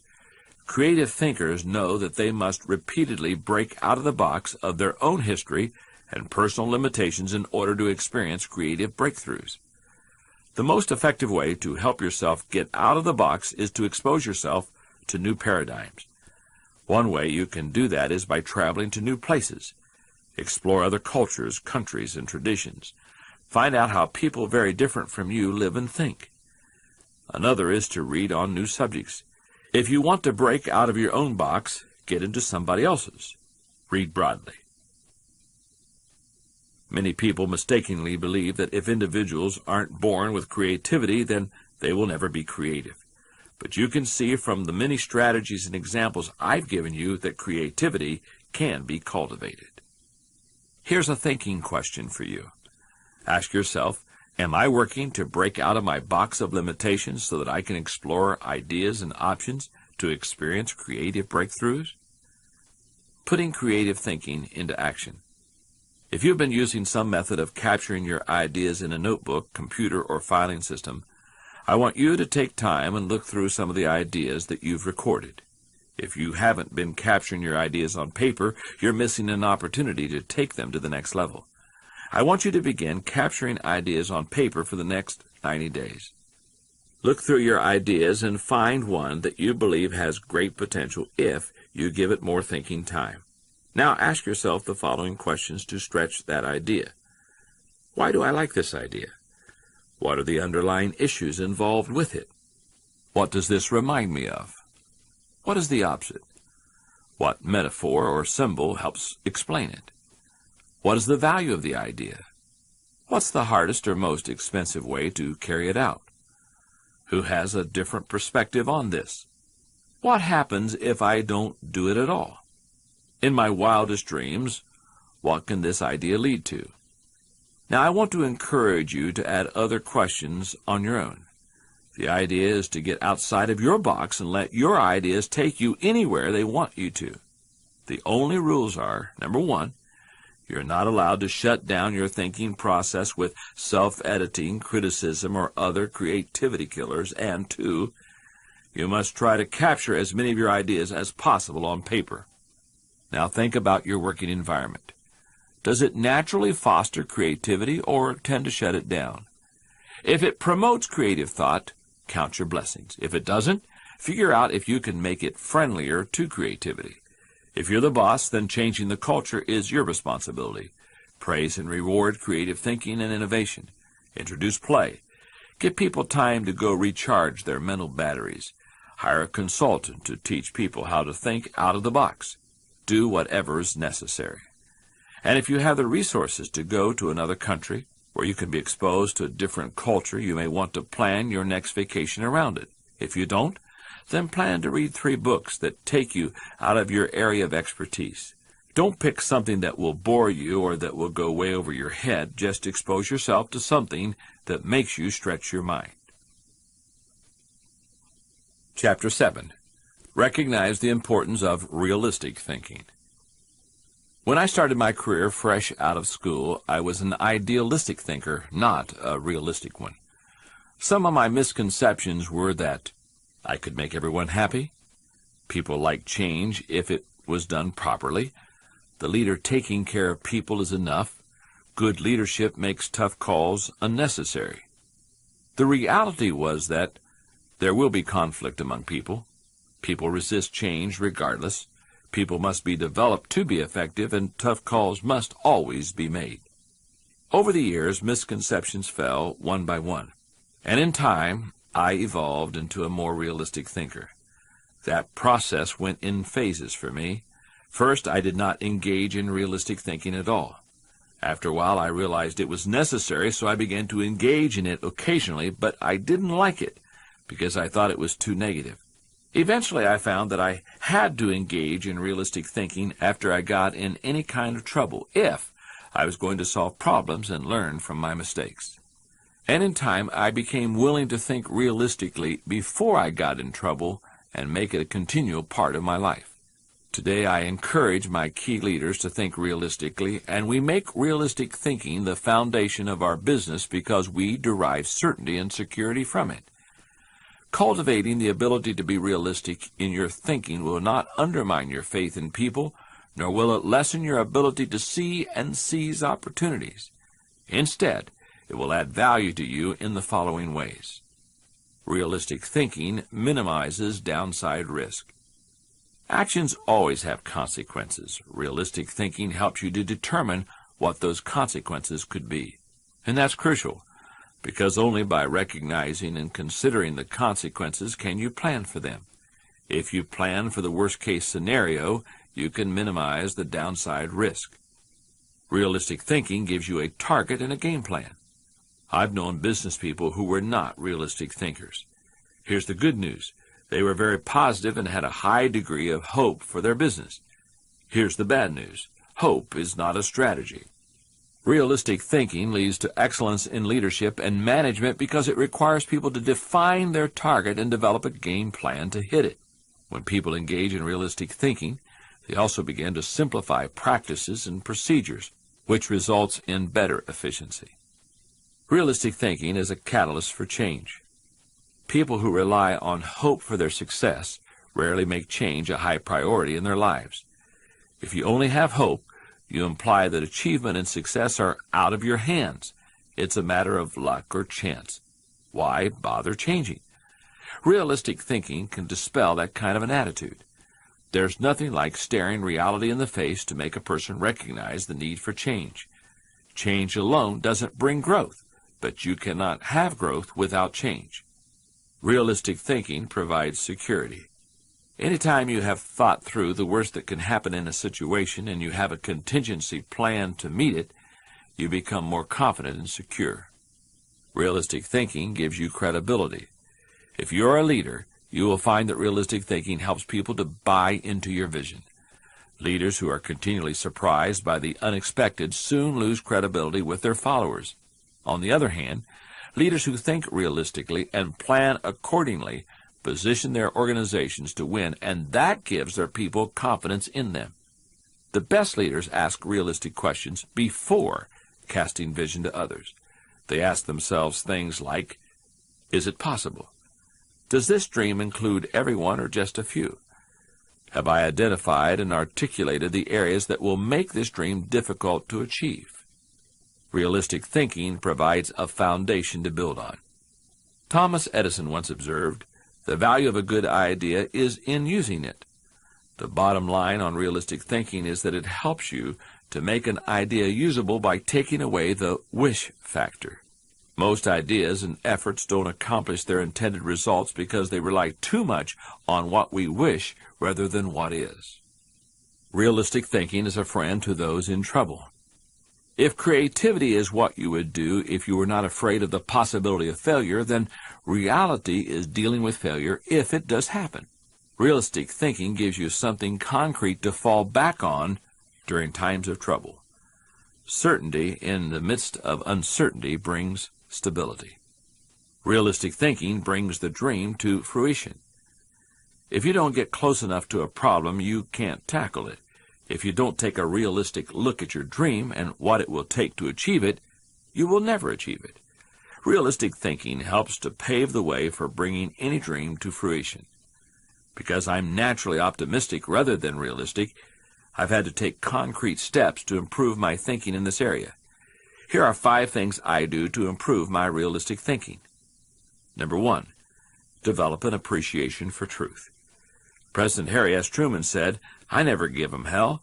I just tell them the truth and they think it's hell. That's the way many people react to truth. However, if you want to become a realistic thinker, you need to get comfortable dealing with the truth. Number 2, do your homework. When dealing with an issue, you must first get the facts. It doesn't matter how sound your thinking is if you're basing it on faulty data or assumptions. Another kind of homework you can do is to find out what others have done in similar circumstances. Remember, your thinking doesn't necessarily have to be original, it just has to be solid. Why not learn all that you can from good thinkers who have faced similar situations in the past? Number 3, think through the pros and cons. There is nothing like taking the time to really examine the pros and cons of an issue to give you a strong dose of reality. It rarely comes down to a matter of simply choosing the course of action with the greatest number of pros, because all pros and cons do not carry equal weight. But that's not the value of the exercise anyway. The value is that it helps you dig into the facts, examine an issue from all angles, and really count the cost of a possible course of action. Number 4, picture the worst-case scenario. The essence of realistic thinking is discovering, picturing, and examining the worst-case scenario. Ask yourself questions such as, what if sales fall short of projections? What if revenue hits rock bottom? Not an optimist rock bottom, but real rock bottom. What if we don't win the account? What if the clients don't pay us? What if we have to do a job shorthanded? What if our best player gets sick? What if all the colleges reject my application? What if the market goes belly up?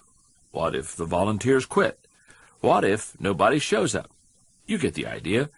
The point is that you need to think about worst-case possibilities, whether you are running a business, leading a department, pastoring a church, coaching a team, or planning your personal finances. Your goal isn't to be negative or expect the worst, just to be ready for it in case it happens. And number 5, align your thinking with your resources. One of the keys to maximizing realistic thinking is aligning your resources with your objectives. Looking at pros and cons and examining worst-case scenarios will make you aware of any gaps between what you desire and what really exists. Once you know what those gaps are, you can use your resources to fill them. After all, that's what resources are for. Here's a thinking question for you. Ask yourself, am I building a solid mental foundation on facts so that I can think with certainty? Putting realistic thinking into action. Ask yourself, what is your natural bent? Is it toward optimism or realism? Listen to the following phrases describing what I went through in my evolution to a more realistic thinker, plus one more level I have not yet achieved, and see which statement best describes where you are. Number 1, I do not engage in realistic thinking. Number 2, I do not like realistic thinking. Number 3, I will let someone else do realistic thinking. Number 4, I will do realistic thinking only after I am in trouble.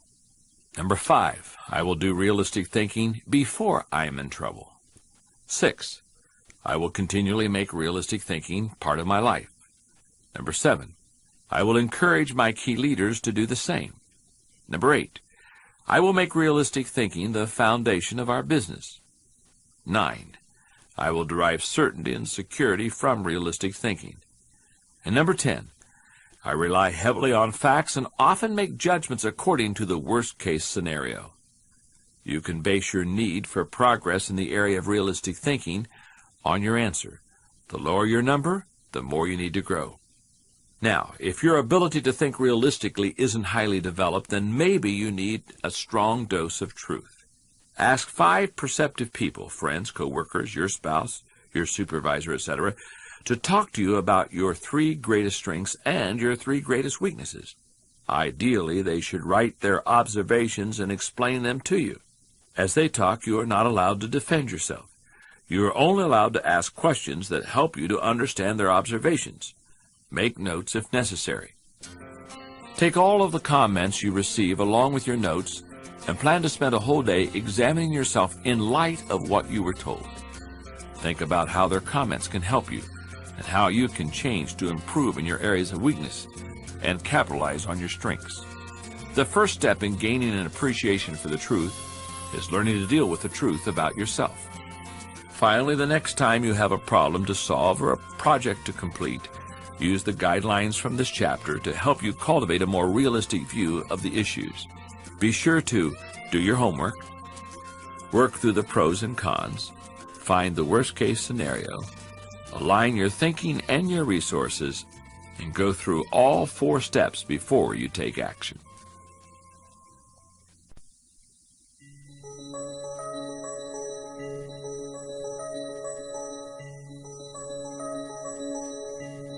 Chapter 8. Release the power of strategic thinking. When you hear the words strategic thinking, what comes to mind? Do you conjure up marketing plans, the kind that can turn a company around? Perhaps you contemplate global politics, or you recall some of history's greatest military campaigns. Hannibal crossing the Alps to surprise the Roman army, Charlemagne's conquest of Western Europe, or the Allies' D-Day invasion of Normandy. Strategic thinking is often associated with war. In fact, a common dictionary defines it as the science of planning and directing large-scale military operations, specifically, as distinguished from tactics, of maneuvering forces into the most advantageous position prior to actual engagement with the enemy. Even the most basic definition uses a military application and distinguishes tactics from strategic thinking. Tactics are actions taken in battle, while strategies are plans prior to it. But strategy doesn't have to be restricted to military action or even to business. Strategic thinking can make a positive impact in any area of life. I am very strategic in the area of time management. I have observed that most people try to plan their lives one day at a time. Some people plan their lives a week at a time. They review their calendar for the week, check their appointments, review their goals, and then get to work. They generally outachieve most of their colleagues. I try to take that one step further. At the beginning of every month, I spend half a day working on my calendar for the next 40 days. 40 days works for me rather than just 30. That way I get a jump on the next month. I begin by reviewing my travel schedule and planning my activities with my family. Then I review what projects, lessons, and other objectives I want to accomplish during those 5 to 6 weeks. Then I start blocking out days and times for thinking, writing, working, meeting with people, etc. I set times to do fun things such as seeing a show, watching a ball game, or playing golf. I also set aside small blocks of time for the unexpected. By the time I'm done, I can tell you nearly everything I'll be doing, almost hour by hour during the coming weeks. This strategy is one of the reasons I have been able to accomplish so much. The benefits of strategic thinking are numerous. Here are a few of the reasons you should adopt it as one of your thinking tools. Strategic thinking simplifies the difficult. Strategic thinking takes complex issues and long-term objectives, which can be very difficult to address, and breaks them down into manageable sizes. Strategic thinking can also help you simplify the management of everyday life. One of the ways I do that is by using systems, which are nothing more than good strategies repeated. Writing a lesson or a speech can be difficult, but because I use my system to file quotes, stories, and articles when I need something to flesh out or illustrate a point, I simply go to one of my 1,200 files and find a good piece of material that works. I use systems for everything. I have a system for getting in and out of airports quickly and efficiently. When I go to meetings, I take people with me who will need to carry the ball afterwards so that I never have to repeat information or instructions to them. I take projects with me on airplanes and books into waiting rooms. My wife Margaret and I even have a system for how we shop, so that if we get separated or have to meet each other, we can find each other in 5 minutes. Just about any difficult task can be made simpler with strategic thinking. Strategic thinking prompts you to ask the right questions. One of the ways to break down complex or difficult issues is to ask questions. Strategic thinking forces you through this process. For example, listen to the following questions developed by my friend Bob Beal, the author of Master Planning. Direction. What should we do next, and why? Organization. Who is responsible for what? Who is responsible for whom? Do we have the right people in the right places? Cash. What is our projected expense? Can we afford it? How can we afford it? Tracking. Are we on target? Overall evaluation. Are we achieving the quality we expect and demand of ourselves? Refinement. How can we be more effective and more efficient, moving toward the ideal? These may not be the only questions you need to ask to begin formulating a strategic plan, but they are certainly a good start. Strategic thinking prompts customization. General George S. Patton once observed, "Successful generals make plans to fit circumstances, but do not try to create circumstances to fit plans." An excellent illustration of Patton's belief can be seen in the circumstances surrounding the Battle of the Bulge, the last major German offensive of World War II. On December 19, 1945, Patton, commanding General Dwight D. Eisenhower, and Generals Bradley and Devers met in Verdun to discuss how to combat the German counteroffensive. The 101st Airborne Division was trapped, and the more time that passed before an attempt was made to rescue them, the worse off they would be. It was decided that Patton should attack the southern flank of the Bulge with his Third Army. Patton had 3 divisions at his disposal and had calculated that he would be ready to stage his offensive in 4 days. Patton recalled, "General Eisenhower stated that I should wait until I got at least 6 divisions. I told him that in my opinion a prompt attack with 3 was better than waiting for 6, particularly when I did not know where I could get the other 3. Eisenhower agreed to allow Patton to attack, which he did 1 day ahead of schedule. As a result, the German forces were contained. Their counteroffensive was defeated, and the war came to an end earlier than it would have otherwise. All good strategic thinkers try to match the strategy specifically with the problem, because strategy isn't a one-size-fits-all proposition. The intention to customize in strategic thinking forces a person to go beyond vague ideas and engage in specific ways to go after a task or problem. It sharpens the mind. Strategic thinking prepares you today for an uncertain tomorrow. Peter Drucker, the father of modern management, explains the importance of strategic thinking. He says, "Strategic planning is necessary precisely because we cannot forecast. Strategic planning does not deal with future decisions. It deals with the futurity of present decisions. Decisions exist only in the present.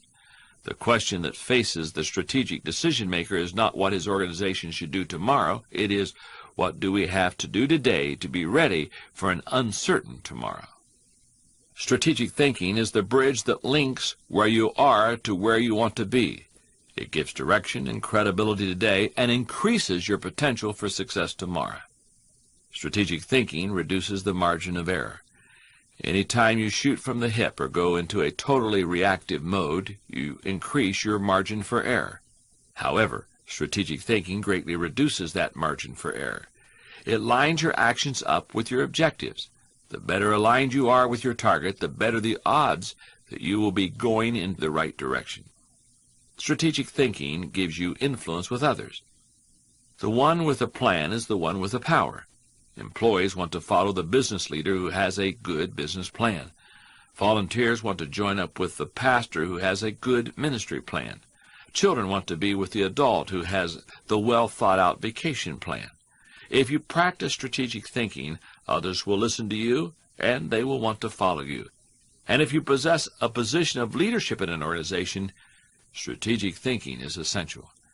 To become a better strategic thinker, who is able to formulate and implement plans that will achieve the desired objective, take the following 7 guidelines to heart. Number 1, break down the issue. My friend Robert Schuller, founder of the Crystal Cathedral, says, "Yard by yard, life is hard, but inch by inch, it's a cinch." The first step in strategic thinking is to break down an issue into smaller, more manageable parts so that you can focus on them more effectively. How you do it is not as important as just doing it. For example, one way to break an issue down is by function. That's what automotive innovator Henry Ford did when he created the assembly line. That's why he said nothing is particularly hard if you divide it into small jobs.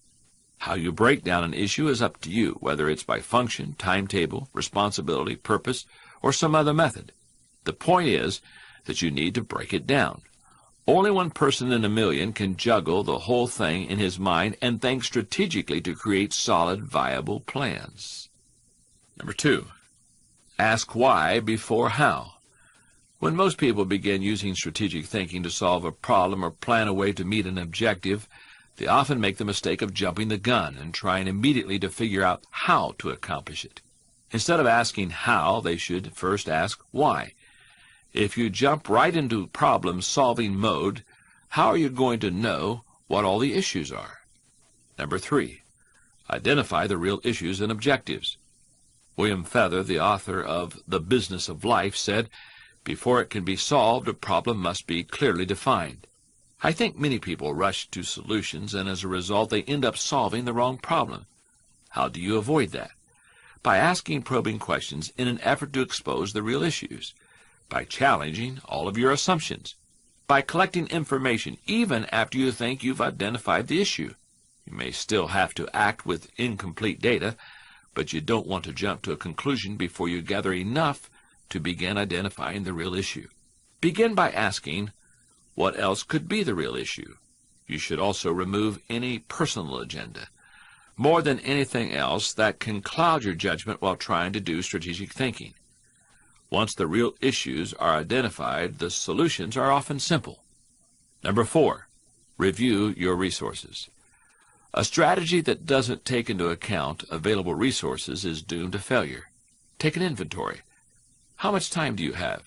How much money? What kind of materials, supplies, or inventory do you have? What are the other assets? What liabilities or obligations will come into play? Which people on the team can make an impact? You know your own organization and profession. Figure out what resources you have at your disposal. Number 5, develop your plan. How you approach the planning process depends greatly on your profession and the size of the challenge that you're planning to tackle, so it's difficult for me to recommend many specifics. However, Rolf Smith, the author of The 7 Levels of Change, the guide to innovation in the world's largest corporations, has some good advice that I think can help you. As the title of his book suggests, he outlines 7 kinds of change, which may prompt you in your planning process. They are: Level 1, effectiveness, doing the right things. Level 2, efficiency, doing the right things right. Level 3, improving, doing things better. Level 4, cutting, doing away with things. Level 5, adapting, doing things other people are doing. Level 6, different, doing things no one else is doing. And then Level 7, impossible, doing things that can't be done. No matter how you go about planning, take this advice. Start with the obvious. When you tackle an issue or plan that way, it brings unity and consensus to the team because those things are apparent to everyone. Those obvious elements build mental momentum and initiate creativity and intensity. Building on the fundamentals is the best way to lay down the road to the complex. Number 6, put the right people in the right place. It's critical that you include your team as part of your strategic thinking. Before you can implement your plan, you must make sure that you have the right people in place. Even the best strategic thinking won't help you if you don't take into account the people part of the equation. Number 7, keep repeating the process. If you expect to solve any major problem once, you're in for disappointment. Major issues need major strategic thinking time. If you want to be an effective strategic thinker, then you need to be a continuous strategic thinker. Here's a thinking question that I want you to ask. Ask yourself, am I implementing strategic plans that give me direction for today and increase my potential for tomorrow? Putting strategic thinking into action. Ask yourself, might you be missing opportunities because you have been too quick to ask how instead of why? Think about a major objective that you are currently planning for. Set aside 1 hour a day for a week to ask nothing but why questions concerning your objective. You can invite people to brainstorm with you at some point, but spend the majority of the time just thinking alone. Be particularly alert for any opportunities that might be present that you had not yet seen. Then ask yourself, what are you currently doing that is not strategic for you? You may be spending more hours than you should working in areas of weakness. Take some time to create an inventory of your personal strengths and then match it against your calendar and to-do list or a log tracking your activities over a month. If your talents and resources don't match up with your activities, then you need to dedicate some strategic thinking time to figure out how you can make a transition. Now, if you have a track record of misdiagnosing problems and applying the wrong kinds of solutions to them, then you need to spend some time with a good strategic thinker. Find people whose wisdom and discernment you admire, who have a history of successful problem solving, and spend some time with them. Ask to sit in on problem-solving meetings as an observer. Take problems to them for brainstorming sessions. The idea is to learn how they think so you can begin developing similar thinking strategies. Lastly, create a thinking schedule. Dedicate specific blocks of time to specific issues. Don't forget to break them down so that you can really focus. Chapter 9. Feel the energy of possibility thinking. In 1975, filmmaker George Lucas went to see Doug Trumbull, the man with the best reputation for special effects in Hollywood. Trumbull was the expert who had worked on 2001: A Space Odyssey, the first film that gave space travel a realistic feel and look. Lucas was young and relatively inexperienced. He had made only 2 feature films for theatrical release, but he had proven himself in the business by writing and directing American Graffiti. Lucas had a vision for the new film that he wanted to make. It was to be a story in a science fiction setting that would be a swashbuckling adventure, Arthurian quest and Western-style showdown, all rolled into one. Lucas wanted to create scenes with fast-moving ships zooming through space, similar to the way airplanes are filmed in a dogfight. It was something that had never been done. In his book, Industrial Light and Magic, The Art of Special Effects, author and filmmaker Thomas G. Smith says, "The experienced vision effects people didn't take George seriously. They told him such rapid movement would cause a strobing effect on screen." Lucas believed it could be done. John Dykstra, a young filmmaker who had worked with Trumbull, believed in Lucas's vision too. Lucas hired him and created his own special effects company in order to create the images he wanted. He called it Industrial Light and Magic. Dykstra started gathering together a team of technicians. Together they designed and built a studio and began inventing and assembling the technology needed to make the impossible possible. They worked for almost 2 years to create what Lucas wanted. The result was the movie Star Wars. Industrial Light and Magic, the company that he had founded just to make the special effects for Star Wars possible, has set the standard for special effects for over 2.5 decades. It has gone on to provide special effects for 8 of the 10 highest-grossing movies of all time, and in the process, it has won 12 Academy Awards. But first and foremost, it is George Lucas's tool to help him realize his vision. People who embrace possibility thinking are capable of doing even seemingly impossible tasks when they believe in solutions. Here are several reasons why you should become a possibility thinker. Possibility thinking increases your possibilities. When you believe you can do something difficult and you succeed, it opens many doors for you. When George Lucas founded Industrial Light and Magic, he had another source of revenue to help underwrite his own projects. Possibility thinking draws opportunities and people to you. People who think big attract big people to them. If you want to achieve big things, you need to become a possibility thinker. Possibility thinking increases others' possibilities. Big thinkers who make things happen also create possibilities for others. That happens in part because it's contagious. You can't help but become more confident and think bigger when you're around possibility thinkers. But possibility thinking also impacts others in more direct ways. Look at what happened in Atlanta, Georgia in 1987. A real estate attorney named Billy Payne thought it would be possible to bring the Olympics to Atlanta. People told him it couldn't be done. But Payne kept believing and working at it. And of course, in 1996, the Summer Olympics were held in Atlanta. Possibility thinking allows you to dream big dreams. No matter what your profession is, possibility thinking can help you to broaden your horizons and dream bigger dreams. In 1970, when I was a 23-year-old, I read a book called Move Ahead with Possibility Thinking by Robert Schuller. As a young pastor in my first church, I was thrilled to read about how Schuller overcame seemingly impossible circumstances to build a huge church in Garden Grove, California. If you embrace possibility thinking, your dreams will go from molehill to mountain size, and because you believe in possibilities, you put yourself in position to achieve them. Possibility thinking makes it possible to rise above average. During the 1970s, when oil prices went through the roof, automobile makers were directed to make their cars more fuel efficient. One manufacturer asked a group of senior engineers to drastically reduce the weight of the cars they were designing. They concluded that making lighter cars couldn't be done, would be too expensive, and would present too many safety concerns. What was the automaker's solution? They gave the problem to a group of less experienced engineers. The new group found ways to reduce the weight of the company's automobiles by hundreds of pounds. Because they thought that solving the problem was possible, it was. Possibility thinking gives you energy. There is a direct correlation between possibility thinking and the level of a person's energy. Who gets energized by losing? If you know something can't succeed, how much time and energy are you willing to give it?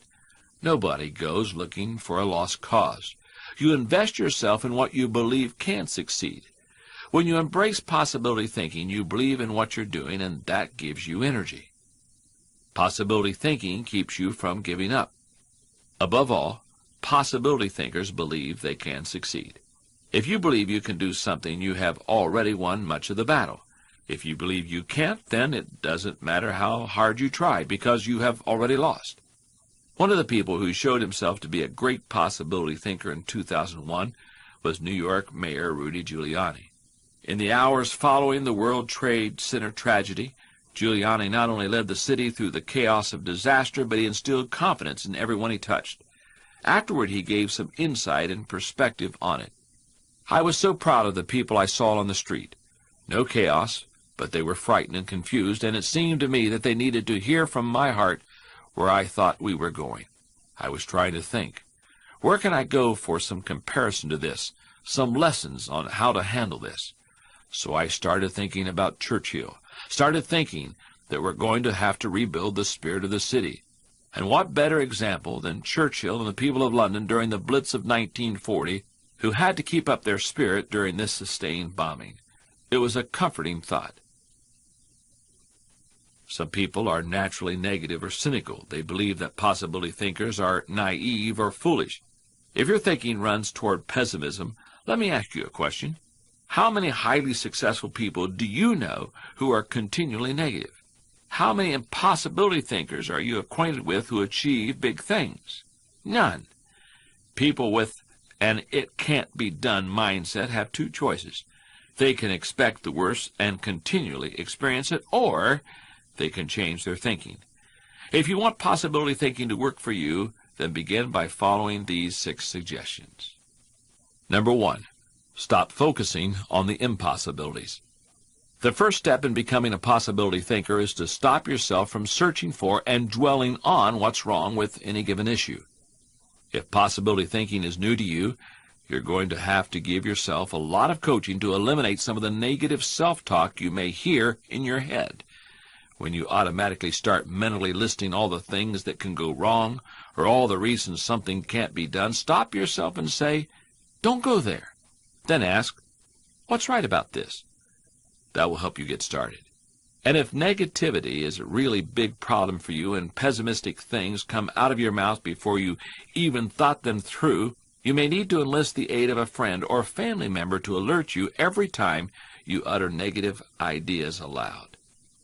Number 2, stay away from the experts.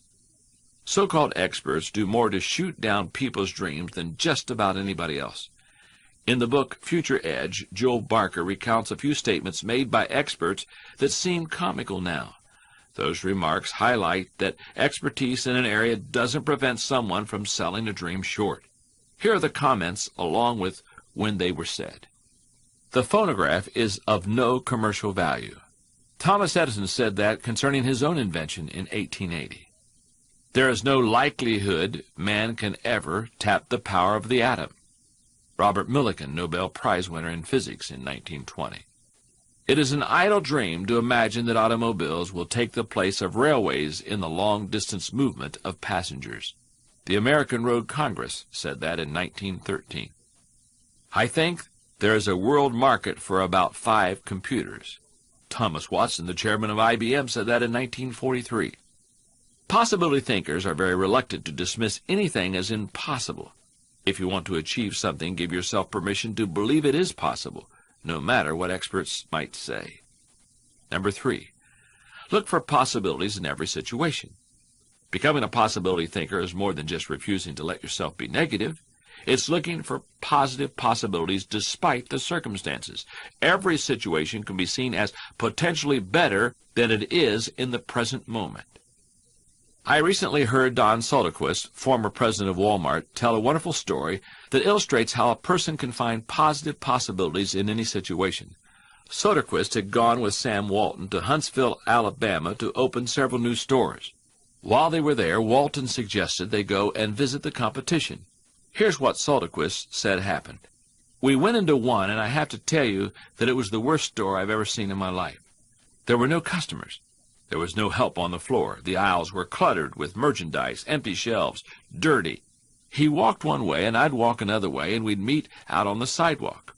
He said, "What'd you think, Don?" I said, "Sam, that is absolutely the worst store I've ever seen in my life. I mean, did you see the aisles?"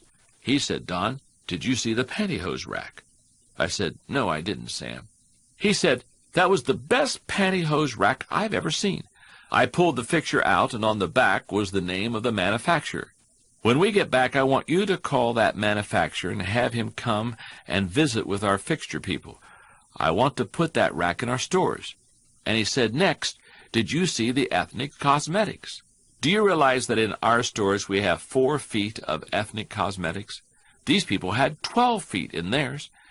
We are absolutely missing the boat. I wrote down the distributor of some of those products, and when we get back, I want you to get hold of our cosmetic buyer and get these people in. We absolutely need to expand our ethnic cosmetics." It doesn't take a genius, IQ, or 20 years of experience to find the possibility in every situation. All it takes is the right attitude, and anybody can cultivate that. Number 4, dream one size bigger. One of the best ways to cultivate a possibility mindset is to prompt yourself to dream one size bigger than you normally do. If you push yourself to dream more expansively, to imagine your organization one size bigger, to make your goals at least a step beyond what makes you comfortable, you will be forced to grow. And it will set you up to believe in greater possibilities. Number 5, question the status quo. Most people want their lives to keep improving, yet they value peace and stability at the same time. People often lose sight of the fact that you can't improve and still stay the same. Growth means change. Change requires challenging the status quo. If you want greater possibilities, you can't settle for what you have now. Number 6, find inspiration from great achievers. You can learn a lot about possibility thinking by studying great achievers. So find some achievers you admire and study them. Look for people with the attitude of Robert F. Kennedy, who popularized George Bernard Shaw's stirring statement, "Some men see things as they are and say, 'Why?' I dream of things that never were and say, 'Why not?'" Here's a thinking question for you. Am I unleashing the enthusiasm of possibility thinking to find solutions for even seemingly impossible situations? Now, how do you put possibility thinking into action? Everyone has dreams, and many times those dreams are shot down by others. If you've had your possibility thinking put down in the past, then you need to try to recapture those dreams. Think back to a time when you were more likely to imagine yourself doing great things. What did you dream about? What was the thing in your heart that you really wanted to do? Recapture that thought, explore it, and do some dreaming with it. Now, the dream you had earlier in life may not be possible for you now, although many are if you're willing and able to pay the price. So what do you really want to do now? What is your dream? If you didn't fear failure or being laughed at, what would you do today? Take time to write that down. Then think about what would be necessary to accomplish it. The best way to do that is to look down the road 10 years and 90 days. Looking ahead 10 years will help you to set the direction in terms of the big picture. Looking ahead 90 days will help you identify specific steps to get the process started now. This week, read a biography of someone you admire. If you have the time and energy, read 2 or 3 about the same person. Make notes concerning how that person harnessed the energy of possibility thinking in his or her life. Then find 3 to 5 principles or practices from that person's life that you can apply to your own. Chapter 10, Embrace the Lessons of Reflective Thinking. I like to think of my desk as being like a stove. It's always got a lot of things cooking on it. Each item has its place, and at any given moment, I might take a pot from a back burner and move it to the front burner so that I can actively work on it or even finish it off. I got into the habit of thinking reflectively when I was a pastor. Because churches function on a weekly cycle, I used to spend time every Sunday night reviewing the previous week, reflecting on the effectiveness of the weekend's activities, and evaluating everything in order to prepare for the coming week. As I experienced the value of that kind of reflection, I began to spend at least a few minutes every day reflecting. Each time I asked myself 3 questions. What did I learn today? What should I share? What must I do? I found that asking myself these questions helps me to stay disciplined and accountable for how I spend my time. Every year at the end of December, I spend time reflecting on the past year. First, I gather together my calendar for the year and review how I spent my time. Then I capture some thoughts on paper. Here are the kinds of things I thought about concerning the year 2001. Highlights with Margaret. My personal highlights. The low points of my year. The major events of the year. The number one personal highlight in the last 12 months. The number one business highlight. What I did as far as speaking internationally in conferences and personal reflections of significance. My goal is to reflect on how I spent a year of my life, learn from my successes and mistakes, discover what I should try to repeat, and determine what I should change in the coming year. It is always a valuable process. By visiting past situations in your mind, you can think with greater understanding. Reflective thinking is like the crock pot of the mind.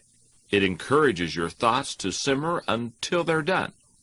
The pace of our society does not encourage reflective thinking. For most people, if they're going to do something, they would rather act than think. Now, don't get me wrong, I'm a person of action, but I'm also a reflective thinker.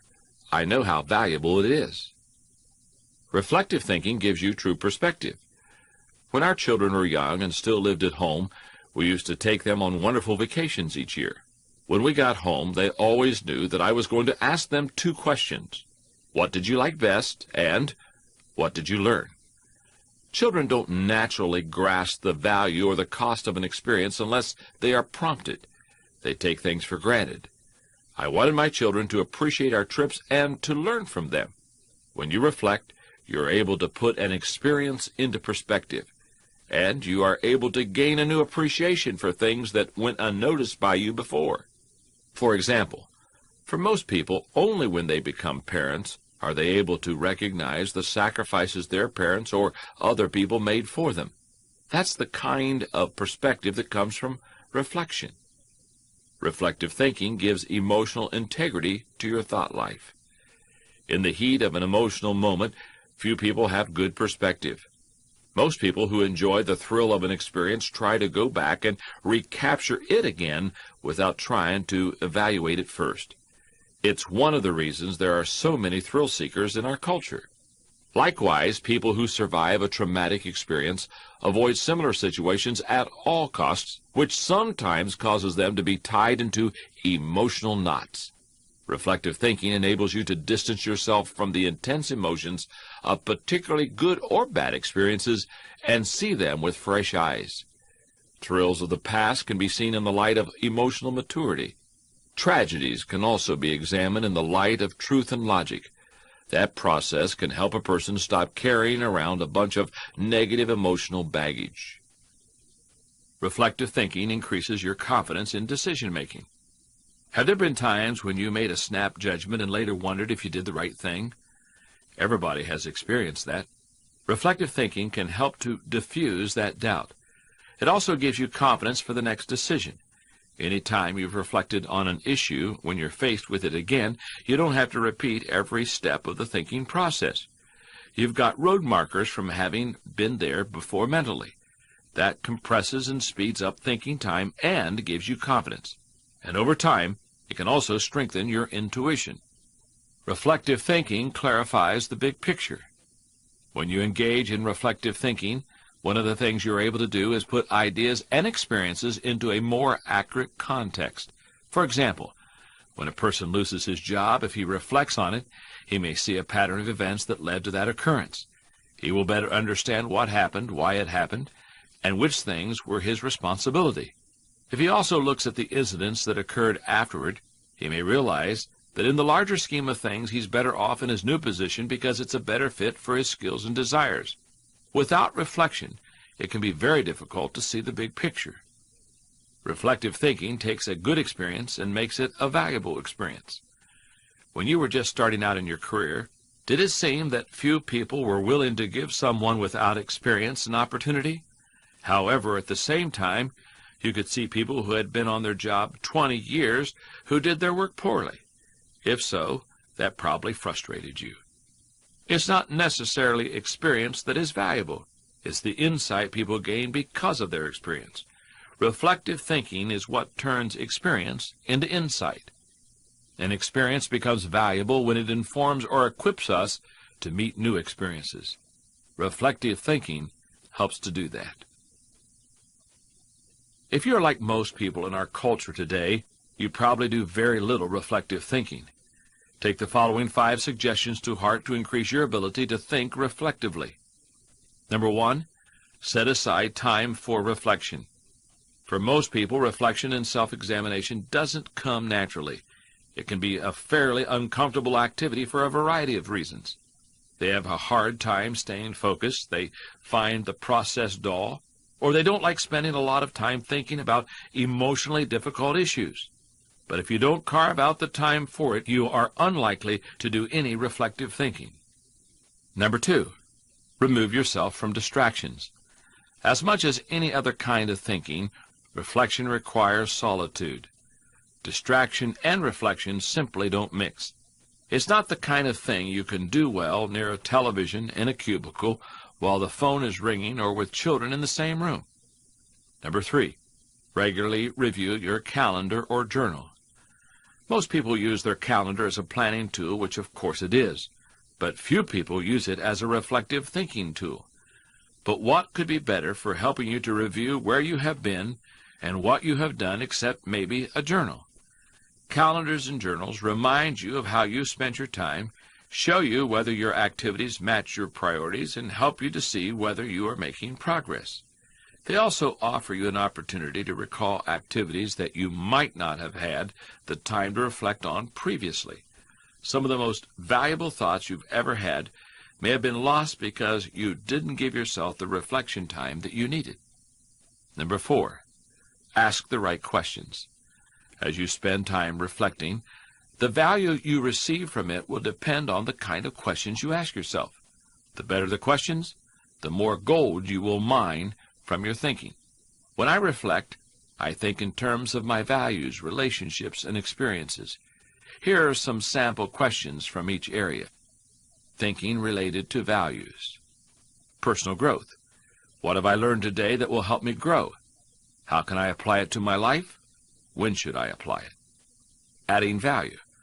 To whom did I add value today? How do I know that I added value to that person? Can I follow up and compound the positive benefit that he or she received? Teamwork. What did I do with someone else that made both of us better? Would the other person agree that it was a win-win? Can we do something else together to continue our mutual success? Leadership. Did I lead by example today? Did I lift my people and my organization to a higher level? What did I do and how did I do it? Physical health. Did I exercise at my optimal heart rate for 35 minutes today? Have I exercised at least 5 times in the last 7 days? And did I stay on my low-fat diet today? Personal faith. Did I represent God well today? Did I practice the golden rule? Have I walked the second mile with someone?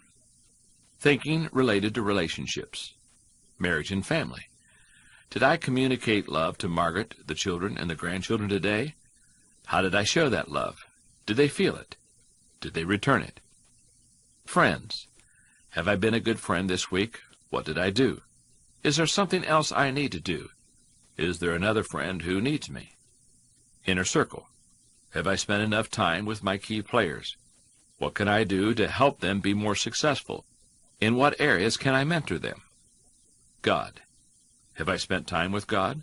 What is He teaching me now? Am I learning? Am I obeying? Have I continually talked with Him today? Thinking related to experiences. Discoveries. What did I encounter today that I need to give more thinking time to? Are there lessons to be learned? Are there things to be done? Memories. Did I create a good memory for someone today? Was it because of a comment, an action, or a shared experience? Difficulties. What went wrong? Could I have changed it? What do I need to do differently next time? Successes. What went right? Did I create it? Is there a principle I can learn from this experience? People. Who did I meet? What were my impressions? Conclusions. Have I closed my day appropriately? Have I expressed gratitude? Have I learned something, loved someone? Have I enjoyed and lived the day to the fullest? And number 5, Cement your learning through action. Nothing helps you to grow like putting your thoughts into action. To do that, you must be intentional. Let me give you a few examples of how I do that. When you read a good book, there are always good thoughts, quotes, or lessons that you can take away from it and use yourself. I always mark the takeaways in a book and then reread them when I'm done with this book. When I listen to a message, I record the takeaways so that I can file them for future use. When I go to a seminar, I take good notes. If you go to a conference, revisit what you heard. The lessons that can be learned through reflective thinking don't always have to come from your own experience. I was reminded of that in January of 2002. I had the honor and the privilege of being asked by the King family to speak on the leadership of Martin Luther King Jr. at Ebenezer Baptist Church in downtown Atlanta for Martin Luther King Day. As I prepared for my brief message and reviewed his accomplishments, I was struck by how reflective thinking shaped his approach to racism and civil rights issues. As a young man growing up in the South, King had suffered under Jim Crow laws and segregation. His experience birthed the desire to change the situation of African American people in the United States. To solve the problems of the present and secure a better future for his people, he reflected on the past to learn its lessons. In college, he read Henry David Thoreau's essay, Civil Disobedience.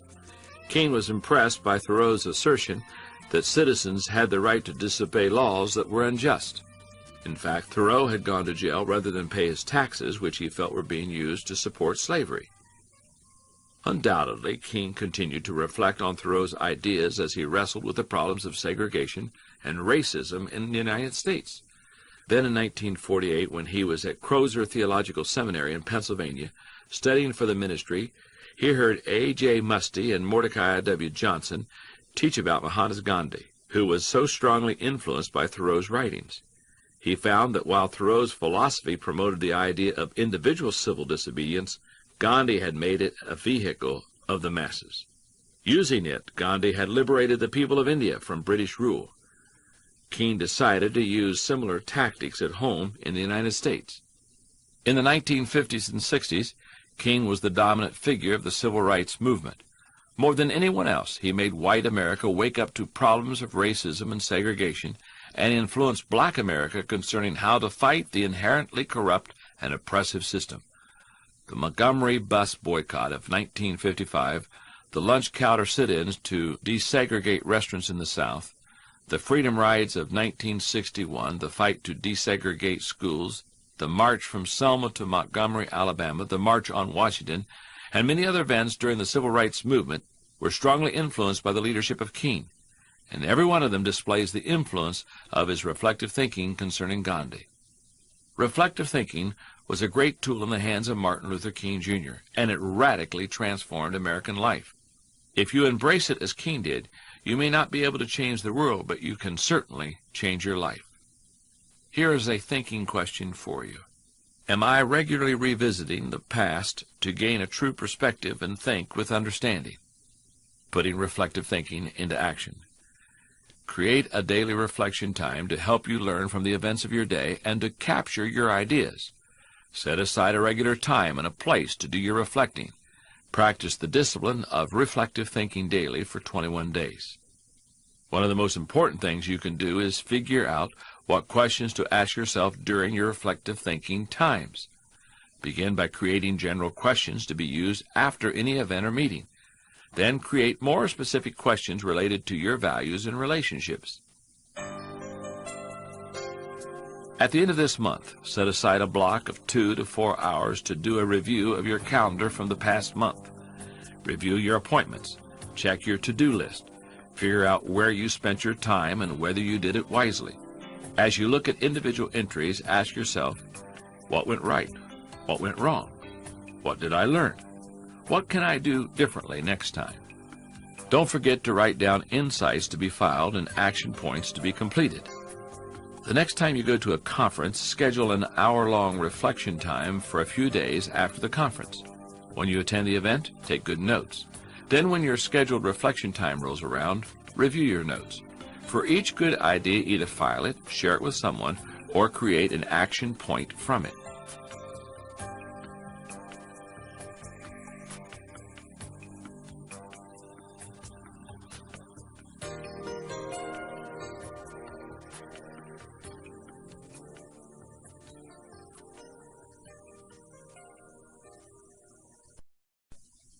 Chapter 11. Question the acceptance of popular thinking. Up until December 18, 1998, I took my health almost for granted. I was 51 years old, my energy level was still very high, and I never experienced any kind of medical problem. But on the night of my organization's Christmas party, I suffered a serious heart attack. Now I watch my diet. I exercise every day, and I'm even more intentional in expressing my love to the important people in my life. It has also made me much more aware of issues related to health. That's how I came to read about Paul Ridker, a cardiologist who went against popular thinking and who is changing the way doctors think about patients' risk of heart attacks. Ridker became interested in medicine because as a child he suffered from a rare immune disorder. After receiving his undergraduate degree from Brown University, he went to Harvard Medical School where he received his medical degree and then went for a Master of Public Health degree. Today he is an associate professor of medicine at Harvard Medical School and the director of the Center for Cardiovascular Disease Prevention at Brigham and Women's Hospital in Boston. In recent years, popular thinking among physicians said that the best predictor of potential heart attacks was the presence of high cholesterol in patients' blood. But Ridker discovered that about half of all heart attacks occur in people with normal cholesterol levels. In fact, my cholesterol levels were in the normal range before I had my heart attack. Ridker's study indicated that inflammation of the arteries might be responsible, so he began a large-scale study to begin gathering data for his theory. What his research found was that a substance called C-reactive protein, CRP, is present in the blood of people with a high risk of suffering a heart attack. Tracking that substance is as reliable and inexpensive as checking cholesterol, and in fact, it's a better predictor of heart problems than elevated LDL, the bad cholesterol. Because he was willing to question popular thinking and go in another direction, fewer people are likely to die of heart disease in coming years. I've given you some broad reasons for questioning the acceptance of popular thinking. Now allow me to be more specific. Popular thinking sometimes means not thinking. Good thinking is hard work. If it were easy, everybody would be a good thinker. Unfortunately, many people don't want to do the hard work of thinking or pay the price of success. It's easier to just do what other people do and hope that they thought it out. For example, look at the stock market recommendations of some experts. By the time they publish their picks, they are following a trend, not creating it or even riding its crest. Instead, it's old news. The people who are going to make money on the stocks they recommend have already done so by the time the general public hears about it. Anytime people are following a trend, they're not doing their own thinking. Popular thinking offers false hope. Many people look for safety and security in popular thinking. They figure that if a lot of people are doing something, then it must be right. If it's accepted by most people, then it probably represents fairness, equality, compassion, and sensitivity, right? Not necessarily.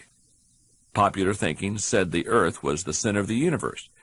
Yet Copernicus studied the stars and planets and proved mathematically that the Earth and the other planets in our solar system revolved around the sun. Popular thinking said surgery didn't require clean instruments. Yet Joseph Lister studied the high death rates in hospitals and introduced antiseptic practices that immediately saved lives. Popular thinking said that women shouldn't have the right to vote. Yet people like Emmeline Pankhurst and Susan B. Anthony fought for and won that right. Popular thinking put the Nazis into power in Germany, but they murdered millions of people and nearly destroyed Europe.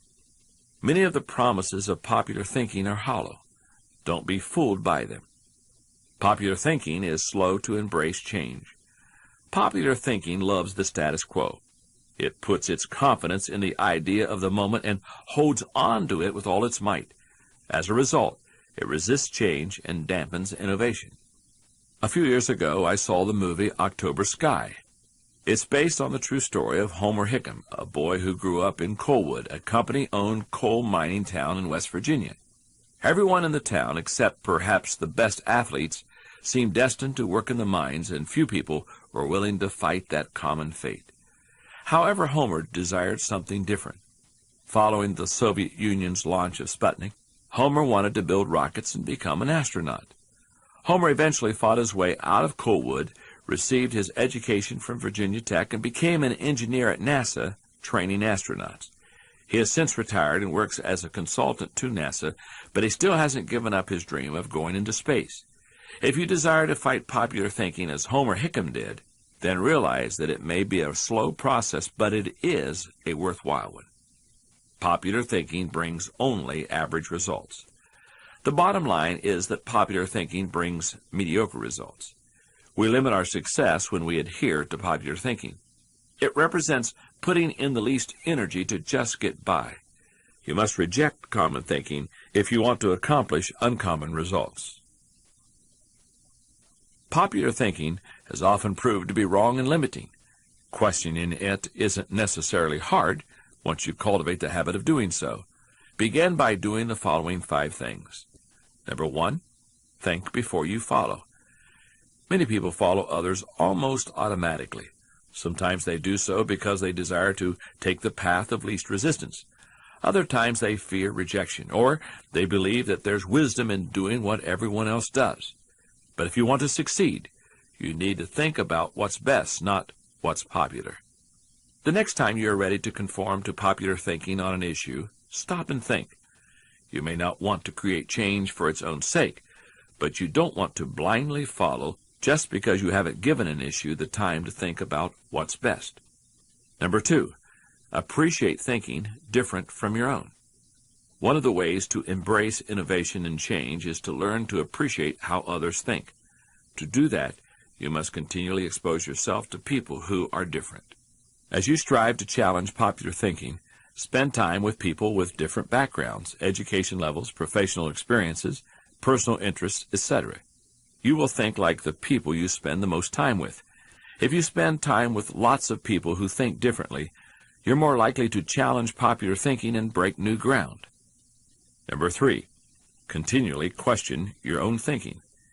Anytime we find a way of thinking that works, one of the greatest temptations is to go back to it over and over again, even if it no longer works well.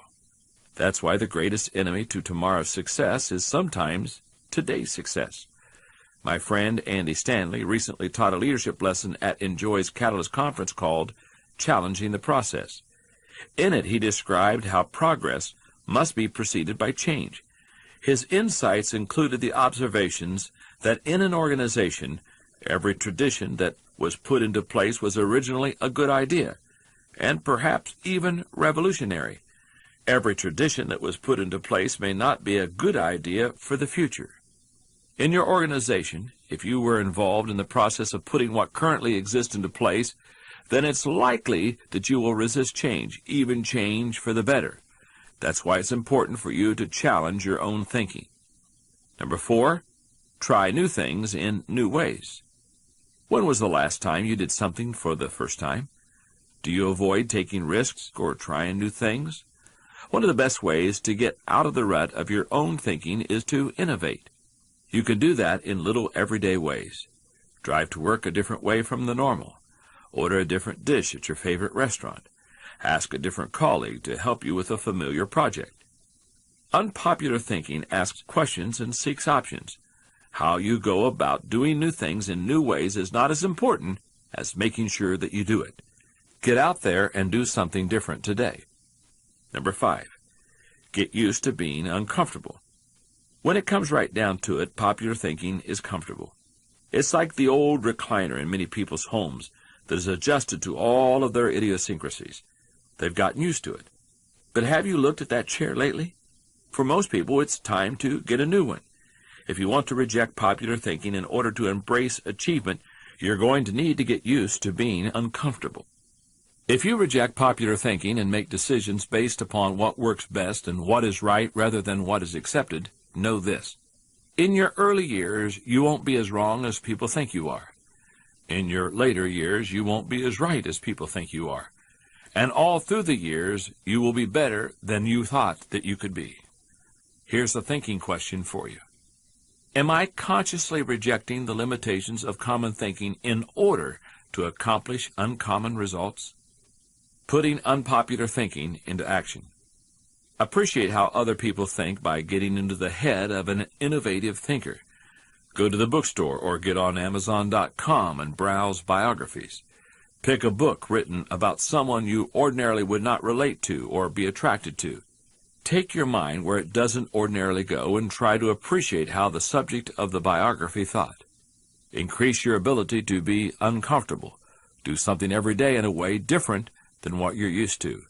Drive to the office or grocery store a different way every day this week. Arrange your day in an order different from how you usually do. Go to a concert featuring music different from what you generally like. In other words, shake up your mind.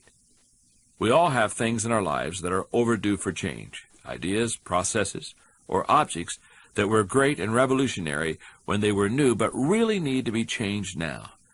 Find something of that nature and change it. If you're having trouble discovering something in need of change, ask friends, a colleague, or your spouse to help you. Chapter 12. Encourage the participation of shared thinking. In early 2002, I was invited to meet and spend time with one of the greatest basketball coaches of all time, Pat Summitt of the University of Tennessee. She's received more honors than any other coach except John Wooden. I had the chance to spend a few minutes with Pat in her office talking about leadership and teamwork. She said that each year of the 1,000 players who are coming out of high school to play college ball, 8 or 9 of them have what it takes to bring a team a championship. Every year her goal is to recruit one of those players. Obviously, she's been very successful. There are a number of things that struck me about Pat. First, she's very warm but extremely intense. She's known for her competitiveness. She says it comes in part from having a demanding father and 3 very competitive older brothers. Second, she's a leader through and through. She's very strategic in her communication with each player. She watches them and listens carefully to them to make sure they're tracking with her before she coaches them. Too many coaches, she says, try to give instruction to players when there's no foundation of understanding that has been established. But I'll tell you the thing that struck me the most about her. As strong as her personality and leadership ability are, she chooses to practice shared thinking. Let me give you an example. During halftime, she has the players interact together by themselves and do their own review and diagnosis of how the game is going. They share their observations and solutions with one another without any coach's input. She's very strategic about cultivating this ability in them. She engages a psychologist to teach her players how to interact productively without the involvement of coaches. While the players are talking, Pat meets with her coaches to hear their observations. After about 10 minutes, she, the coaches, and the players all get together. The players review their findings and planned corrections for Pat, and she and the other coaches make corrections to their plans if needed. It's a model of shared thinking. Good thinkers, especially those who are also good leaders like Pat Summitt, understand the power of shared thinking. They know that when they value the thoughts and ideas of others, they receive the compounding results of shared thinking and accomplish more than they ever could on their own. People who participate in shared thinking understand the following. Shared thinking is faster than solo thinking. Working with others is like giving yourself a shortcut. You can always learn more quickly when you have the help of someone with experience. Whether you're trying to learn how to use a new software package, develop your golf swing, or cook a new dish in the kitchen. Shared thinking is more innovative than solo thinking. Shared thinking leads to greater innovation whether you are looking at the work of researchers Marie and Pierre Curie or songwriters such as John Lennon and Paul McCartney.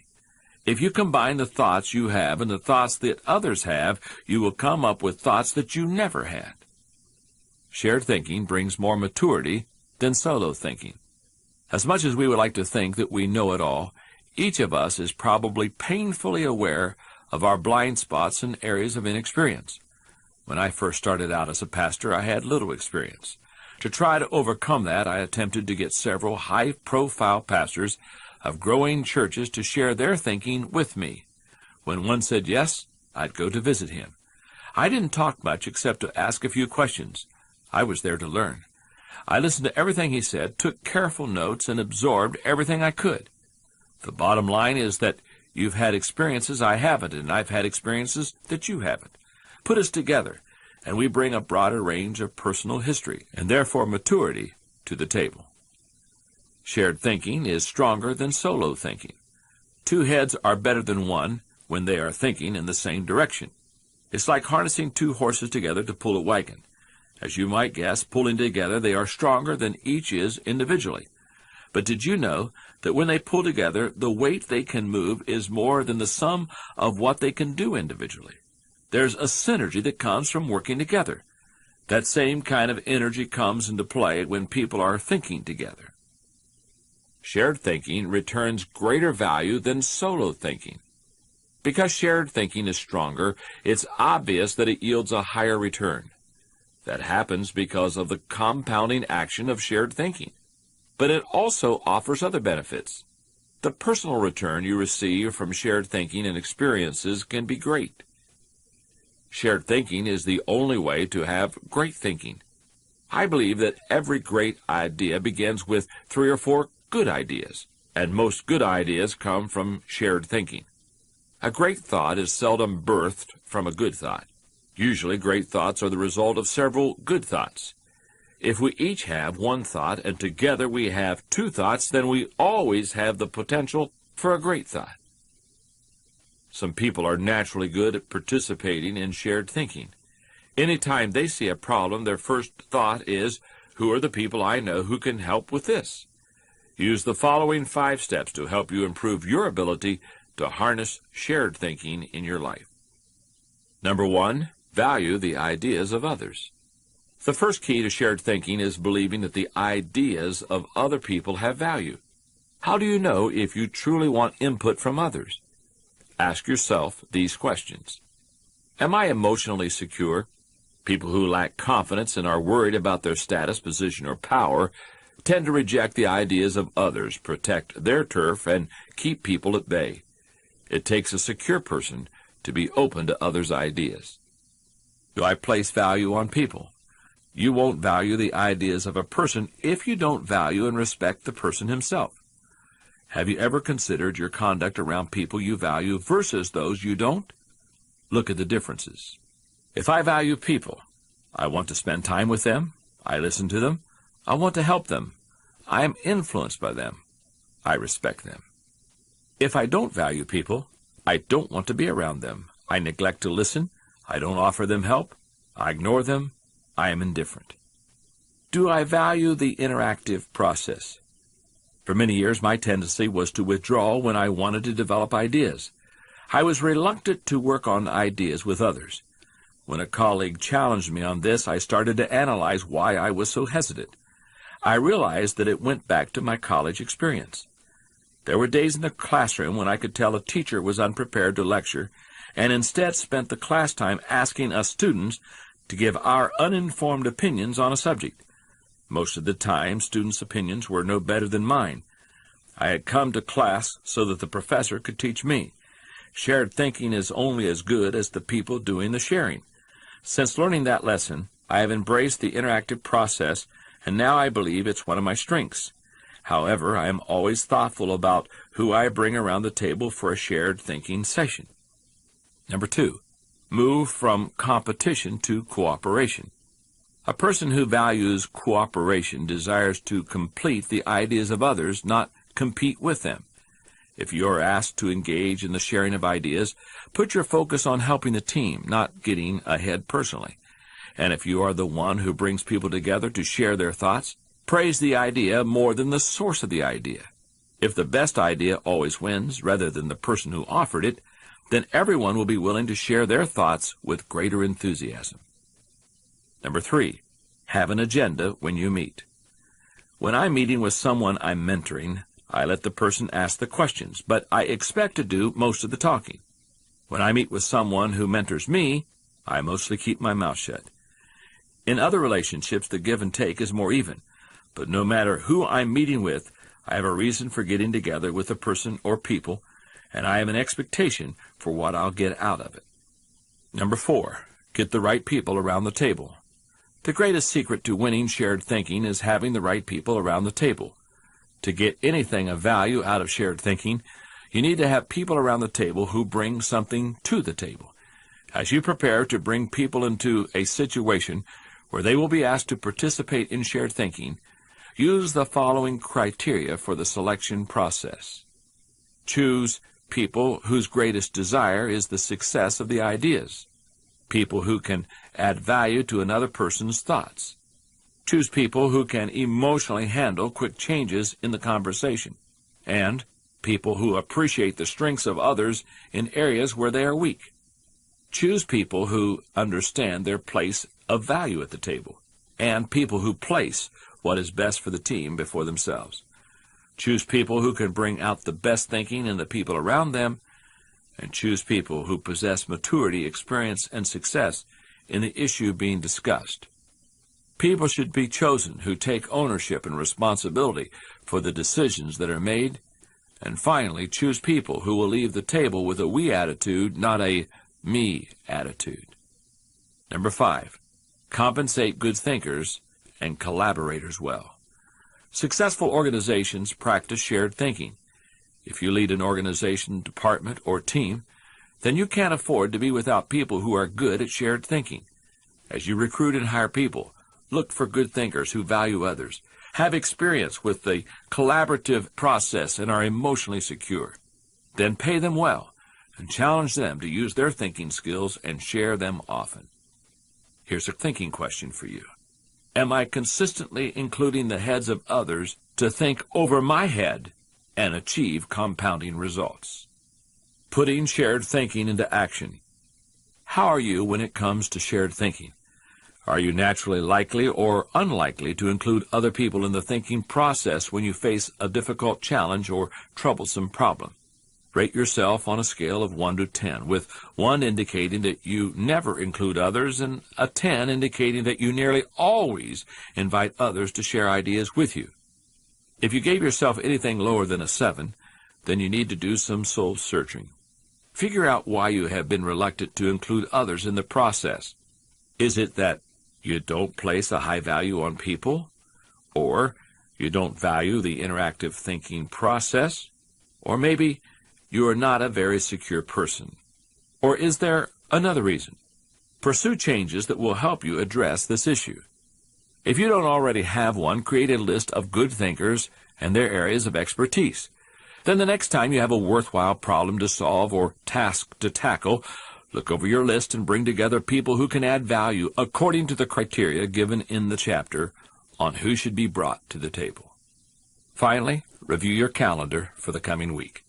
Examine every appointment or activity you have listed, and think about the agenda for each. Take some time to clarify what you want to get out of an interaction with each person, or what you expect to give to him or her. Write down questions or ideas in your planner or on an index card if necessary. Then, when you meet, make sure to touch on your agenda items during your time. Afterward, jot down any ideas that may come as a result. You may be surprised by how much more productive your time will become. Chapter 13. Experience the satisfaction of unselfish thinking. In 1885, a young man named George used every penny he had to travel to Highland, Kansas. He was excited because he had been granted admission to Highland College. As a youngster, he and his brother had walked 9 miles each way to school in order to start their education. At age 12, he had left home for good to attend high school, having supported himself doing chores and housework. At age 20, he was ready to start college. However, when he got to Highland College, when school officials discovered that he was black, they turned him away. In 1890, he once again attempted to enroll in school. This time he was accepted by Simpson College. He opened a laundry to support himself, and he studied painting and piano. George excelled in the arts. One of his works was awarded a first prize at the 1893 World's Fair in Chicago. He wrote poetry and saw it published in newspapers. He was musically talented. In 1891, when he transferred to Iowa State College, he continued working in the arts, but he also pursued other interests. He became a trainer for the athletic teams. He joined the campus's military regiment, where he rose to the group's highest rank of captain. And he led the YMCA and the debate club. But George changed his major from art to agriculture. Why would he do such a thing, especially when he loved art so much? George summed up the change in his studies simply by saying, "Art would not do my people as much good." George Washington Carver went on to receive his degree in agriculture from Iowa State. His excellence in the fields of botany and horticulture prompted two professors to encourage him to stay on as a graduate student and earn his master's degree. He did, and in the process, he worked as the assistant botanist for the college experiment station, developed expertise in plant pathology and mycology, and became the first African-American faculty member at Iowa State College. In April of 1896, Carver received an unusual offer from Dr. Booker T. Washington of the Tuskegee Institute. It was to take a teaching position there and become the school's director of agriculture. Carver could have lived a comfortable life in Iowa. He was respected professionally, he was an accepted member of the community, and he had built relationships there. Yet all of these things he now gave up to move to Alabama in the heart of the Deep South, where he would be regarded as a second-class citizen. And he did it because he was a practitioner of unselfish thinking, who wanted to help people who were in more difficult circumstances than himself. The irony of unselfish thinking is that in the end, its return can often be greater than that of any other kind of thinking. Listen to some of its benefits. Unselfish thinking brings personal fulfillment. Few things in life are as personally rewarding as helping other people.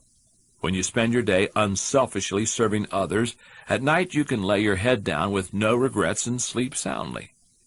Even if you have spent much of your life in pursuit of selfish gain, it's never too late to have a change of heart and finish differently. That's what Alfred Nobel did. When he saw his own obituary in the newspaper, his brother had died and the editor had mistakenly published a retrospective of the wrong Nobel, saying that the explosives his company produced had killed many people. Nobel vowed to promote peace and acknowledge contributions to humanity. That is how the Nobel Prizes came into being. Unselfish thinking adds value to others. In 1904, Bessie Anderson Stanley wrote the following definition of success in Brown Book magazine. He has achieved success who has lived well, laughed often, and loved much, who has enjoyed the trust of pure women, the respect of intelligent men, and the love of little children, who has filled his niche and accomplished his task, who has left the world better than he found it, whether by an improved copy, a perfect poem, or a rescued soul, who has never lacked appreciation of earth's beauties or failed to express it, who has always looked for the best in others and given them the best he had, whose life was an inspiration, whose memory a benediction. When you get outside of yourself and make a contribution to others, you really begin to live. Unselfish thinking encourages other virtues. Of all the qualities a person can pursue, unselfish thinking seems to make the biggest difference toward cultivating other virtues. I think that's because the ability to give unselfishly is so difficult. It goes against the grain of human nature. But if you can learn to think unselfishly and become a giver, then it becomes easier to develop many other virtues: gratitude, love, respect, patience, discipline, etc. Unselfish thinking increases quality of life. When people attain a spirit of generosity created by unselfish thinking, it gives them an appreciation for life and an understanding of the higher values of life. Seeing people in need and giving to meet that need puts a lot of things into perspective. Unselfish thinking makes you part of something greater than yourself. Merck & Company, the global pharmaceutical corporation, has always seen itself as doing more than just producing products and making a profit. They desire to serve humanity. In the mid-1980s, the company developed a drug to cure river blindness, a disease that infects and causes blindness in millions of people, particularly in developing countries. The problem was that the potential customers couldn't afford to buy it. Merck developed the drug anyway, and in 1987 announced that they would give it free to anyone who needed it. As of 1998, they had given more than 250 million tablets away. Unselfish thinking creates a legacy. If you are successful, it becomes possible for you to leave an inheritance for others. But if you desire to do more, to create a legacy, then you need to leave that in others. When you think unselfishly and invest in others, you gain the opportunity to create a legacy that will outlive you.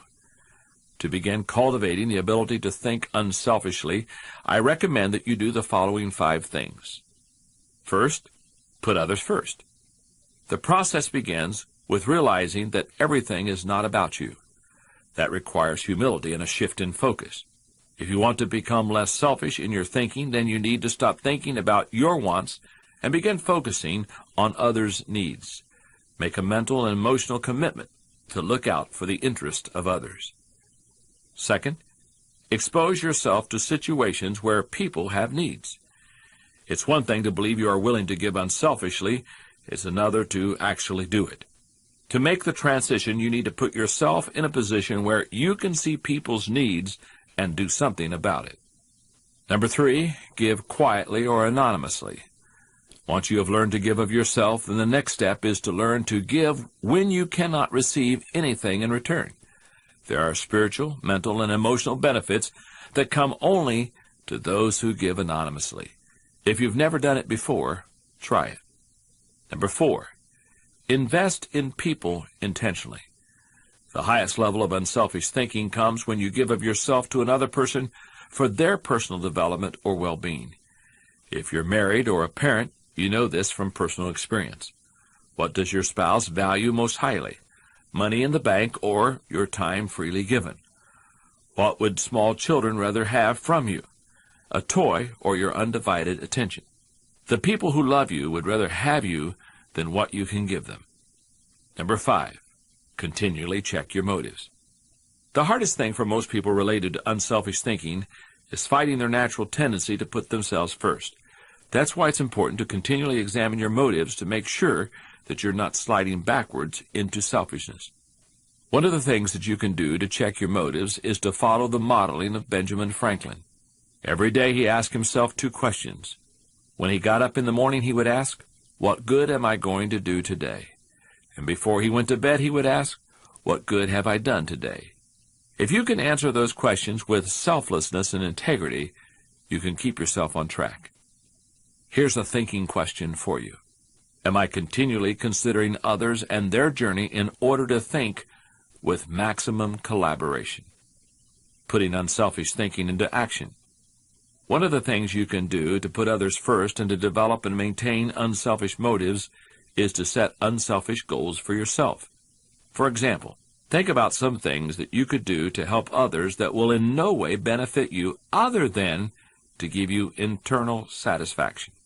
Set an amount of money to give away this year, anonymously if possible. Decide on a number of hours a week or a month to serve others, or find a ministry or cause that you believe in that you will help to succeed. Many times the most rewarding acts of unselfishness come when you obey an inner sense to meet a need. During the coming week, tune your intuitive radar to look for needs among people. When you perceive a need and feel prompted to help, follow through on that inclination. An investment in a person ultimately pays the highest return because it can result in changed lives. Think about what you have to invest in another person. What skills do you possess that someone would benefit from learning? What life experiences have you had that can help another person? What resources do you possess that ought to be shared? Once you have figured out what you have to give, then look for someone with need and potential who would be glad to receive it and invest in that person. The next time you put together a deal or develop a professional relationship, think in terms of win-win. If both you and the other person would not benefit, then don't go through with the deal. And once you've determined that it will be good for both of you, make the effort to guarantee that the other person wins first. Chapter 14. Enjoy the return of bottom-line thinking. How do you figure out the bottom line when it comes to your organization, business department, team, or group? In many businesses, profit is what determines whether you are succeeding. But dollars should not always be the primary measure of success. For example, you certainly wouldn't measure the ultimate success of your family by how much money you had at the end of the month or year, would you? And if you run a nonprofit or volunteer organization, how do you think bottom line in that situation? That's a question Frances Hesselbein had to ask herself in 1976 when she became the National Executive Director of the Girl Scouts of America.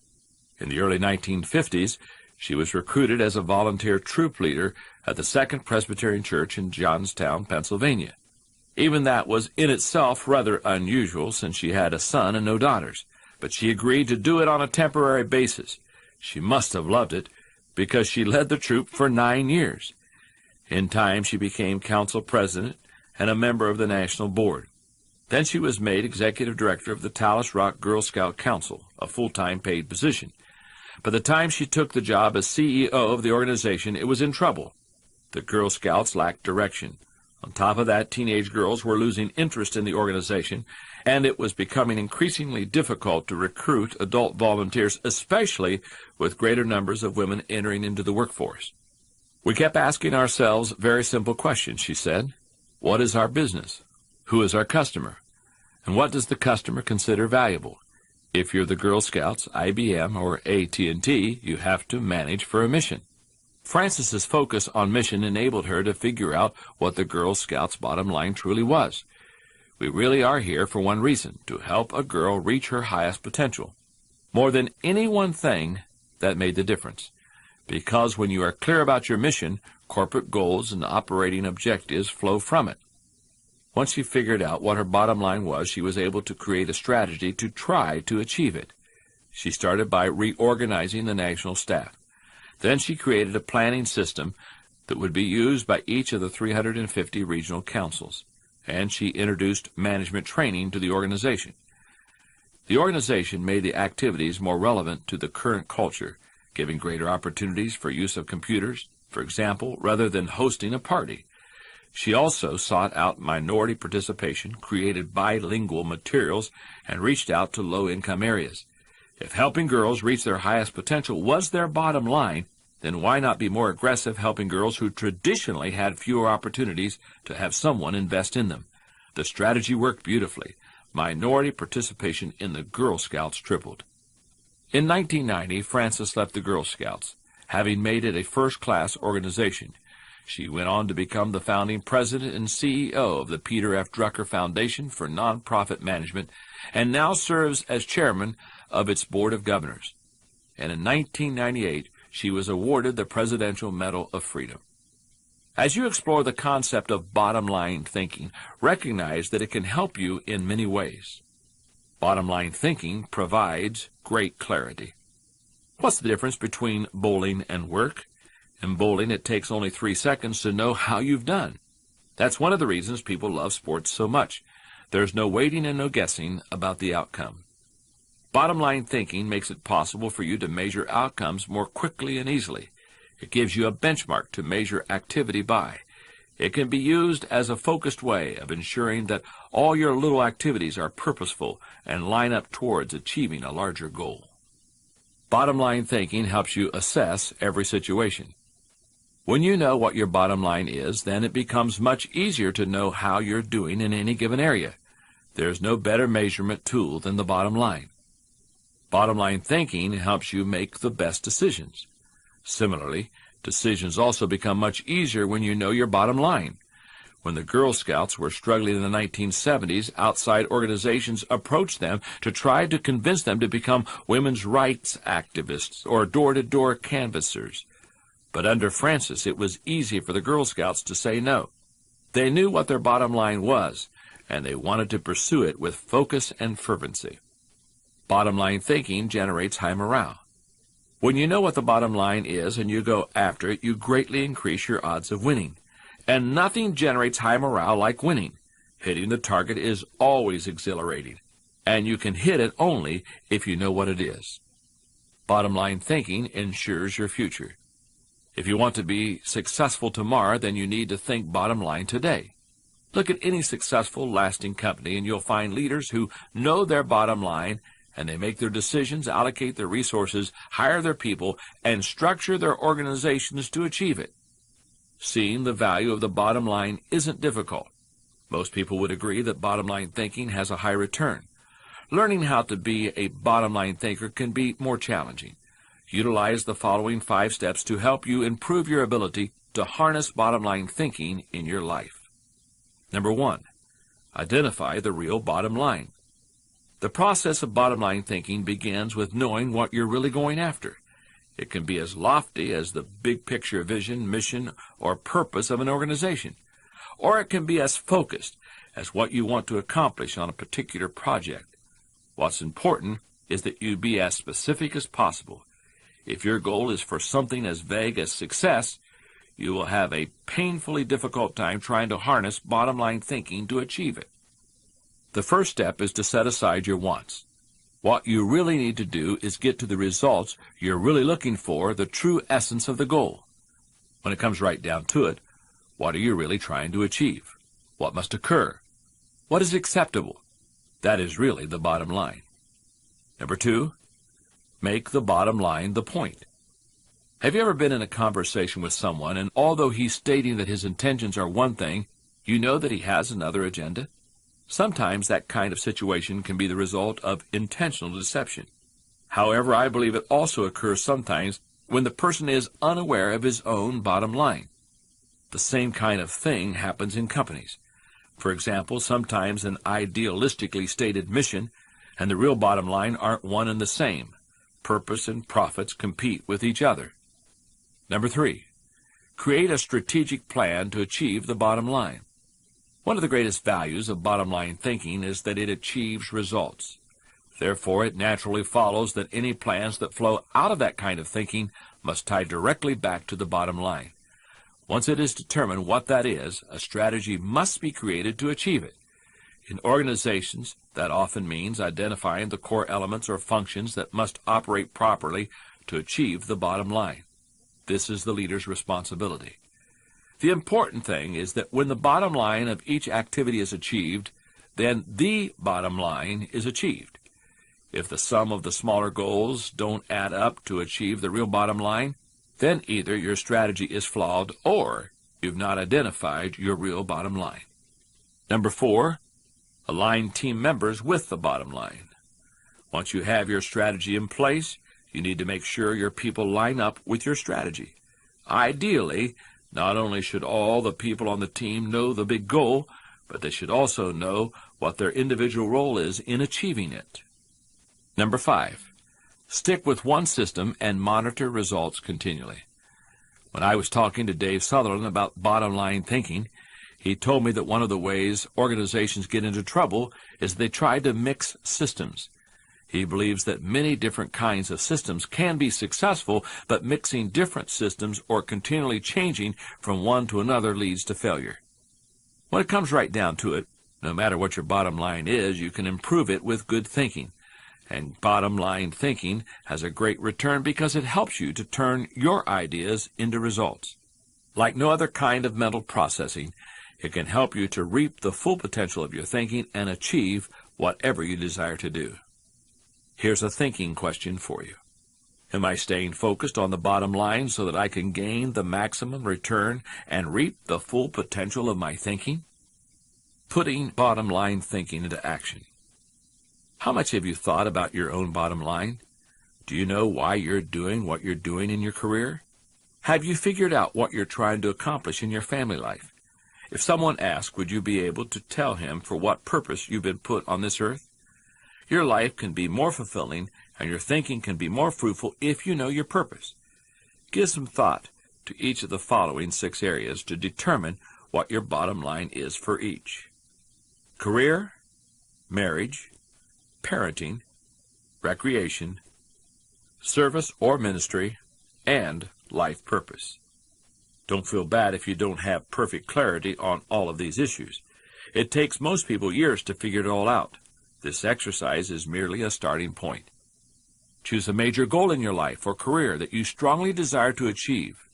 Take time to write that goal down.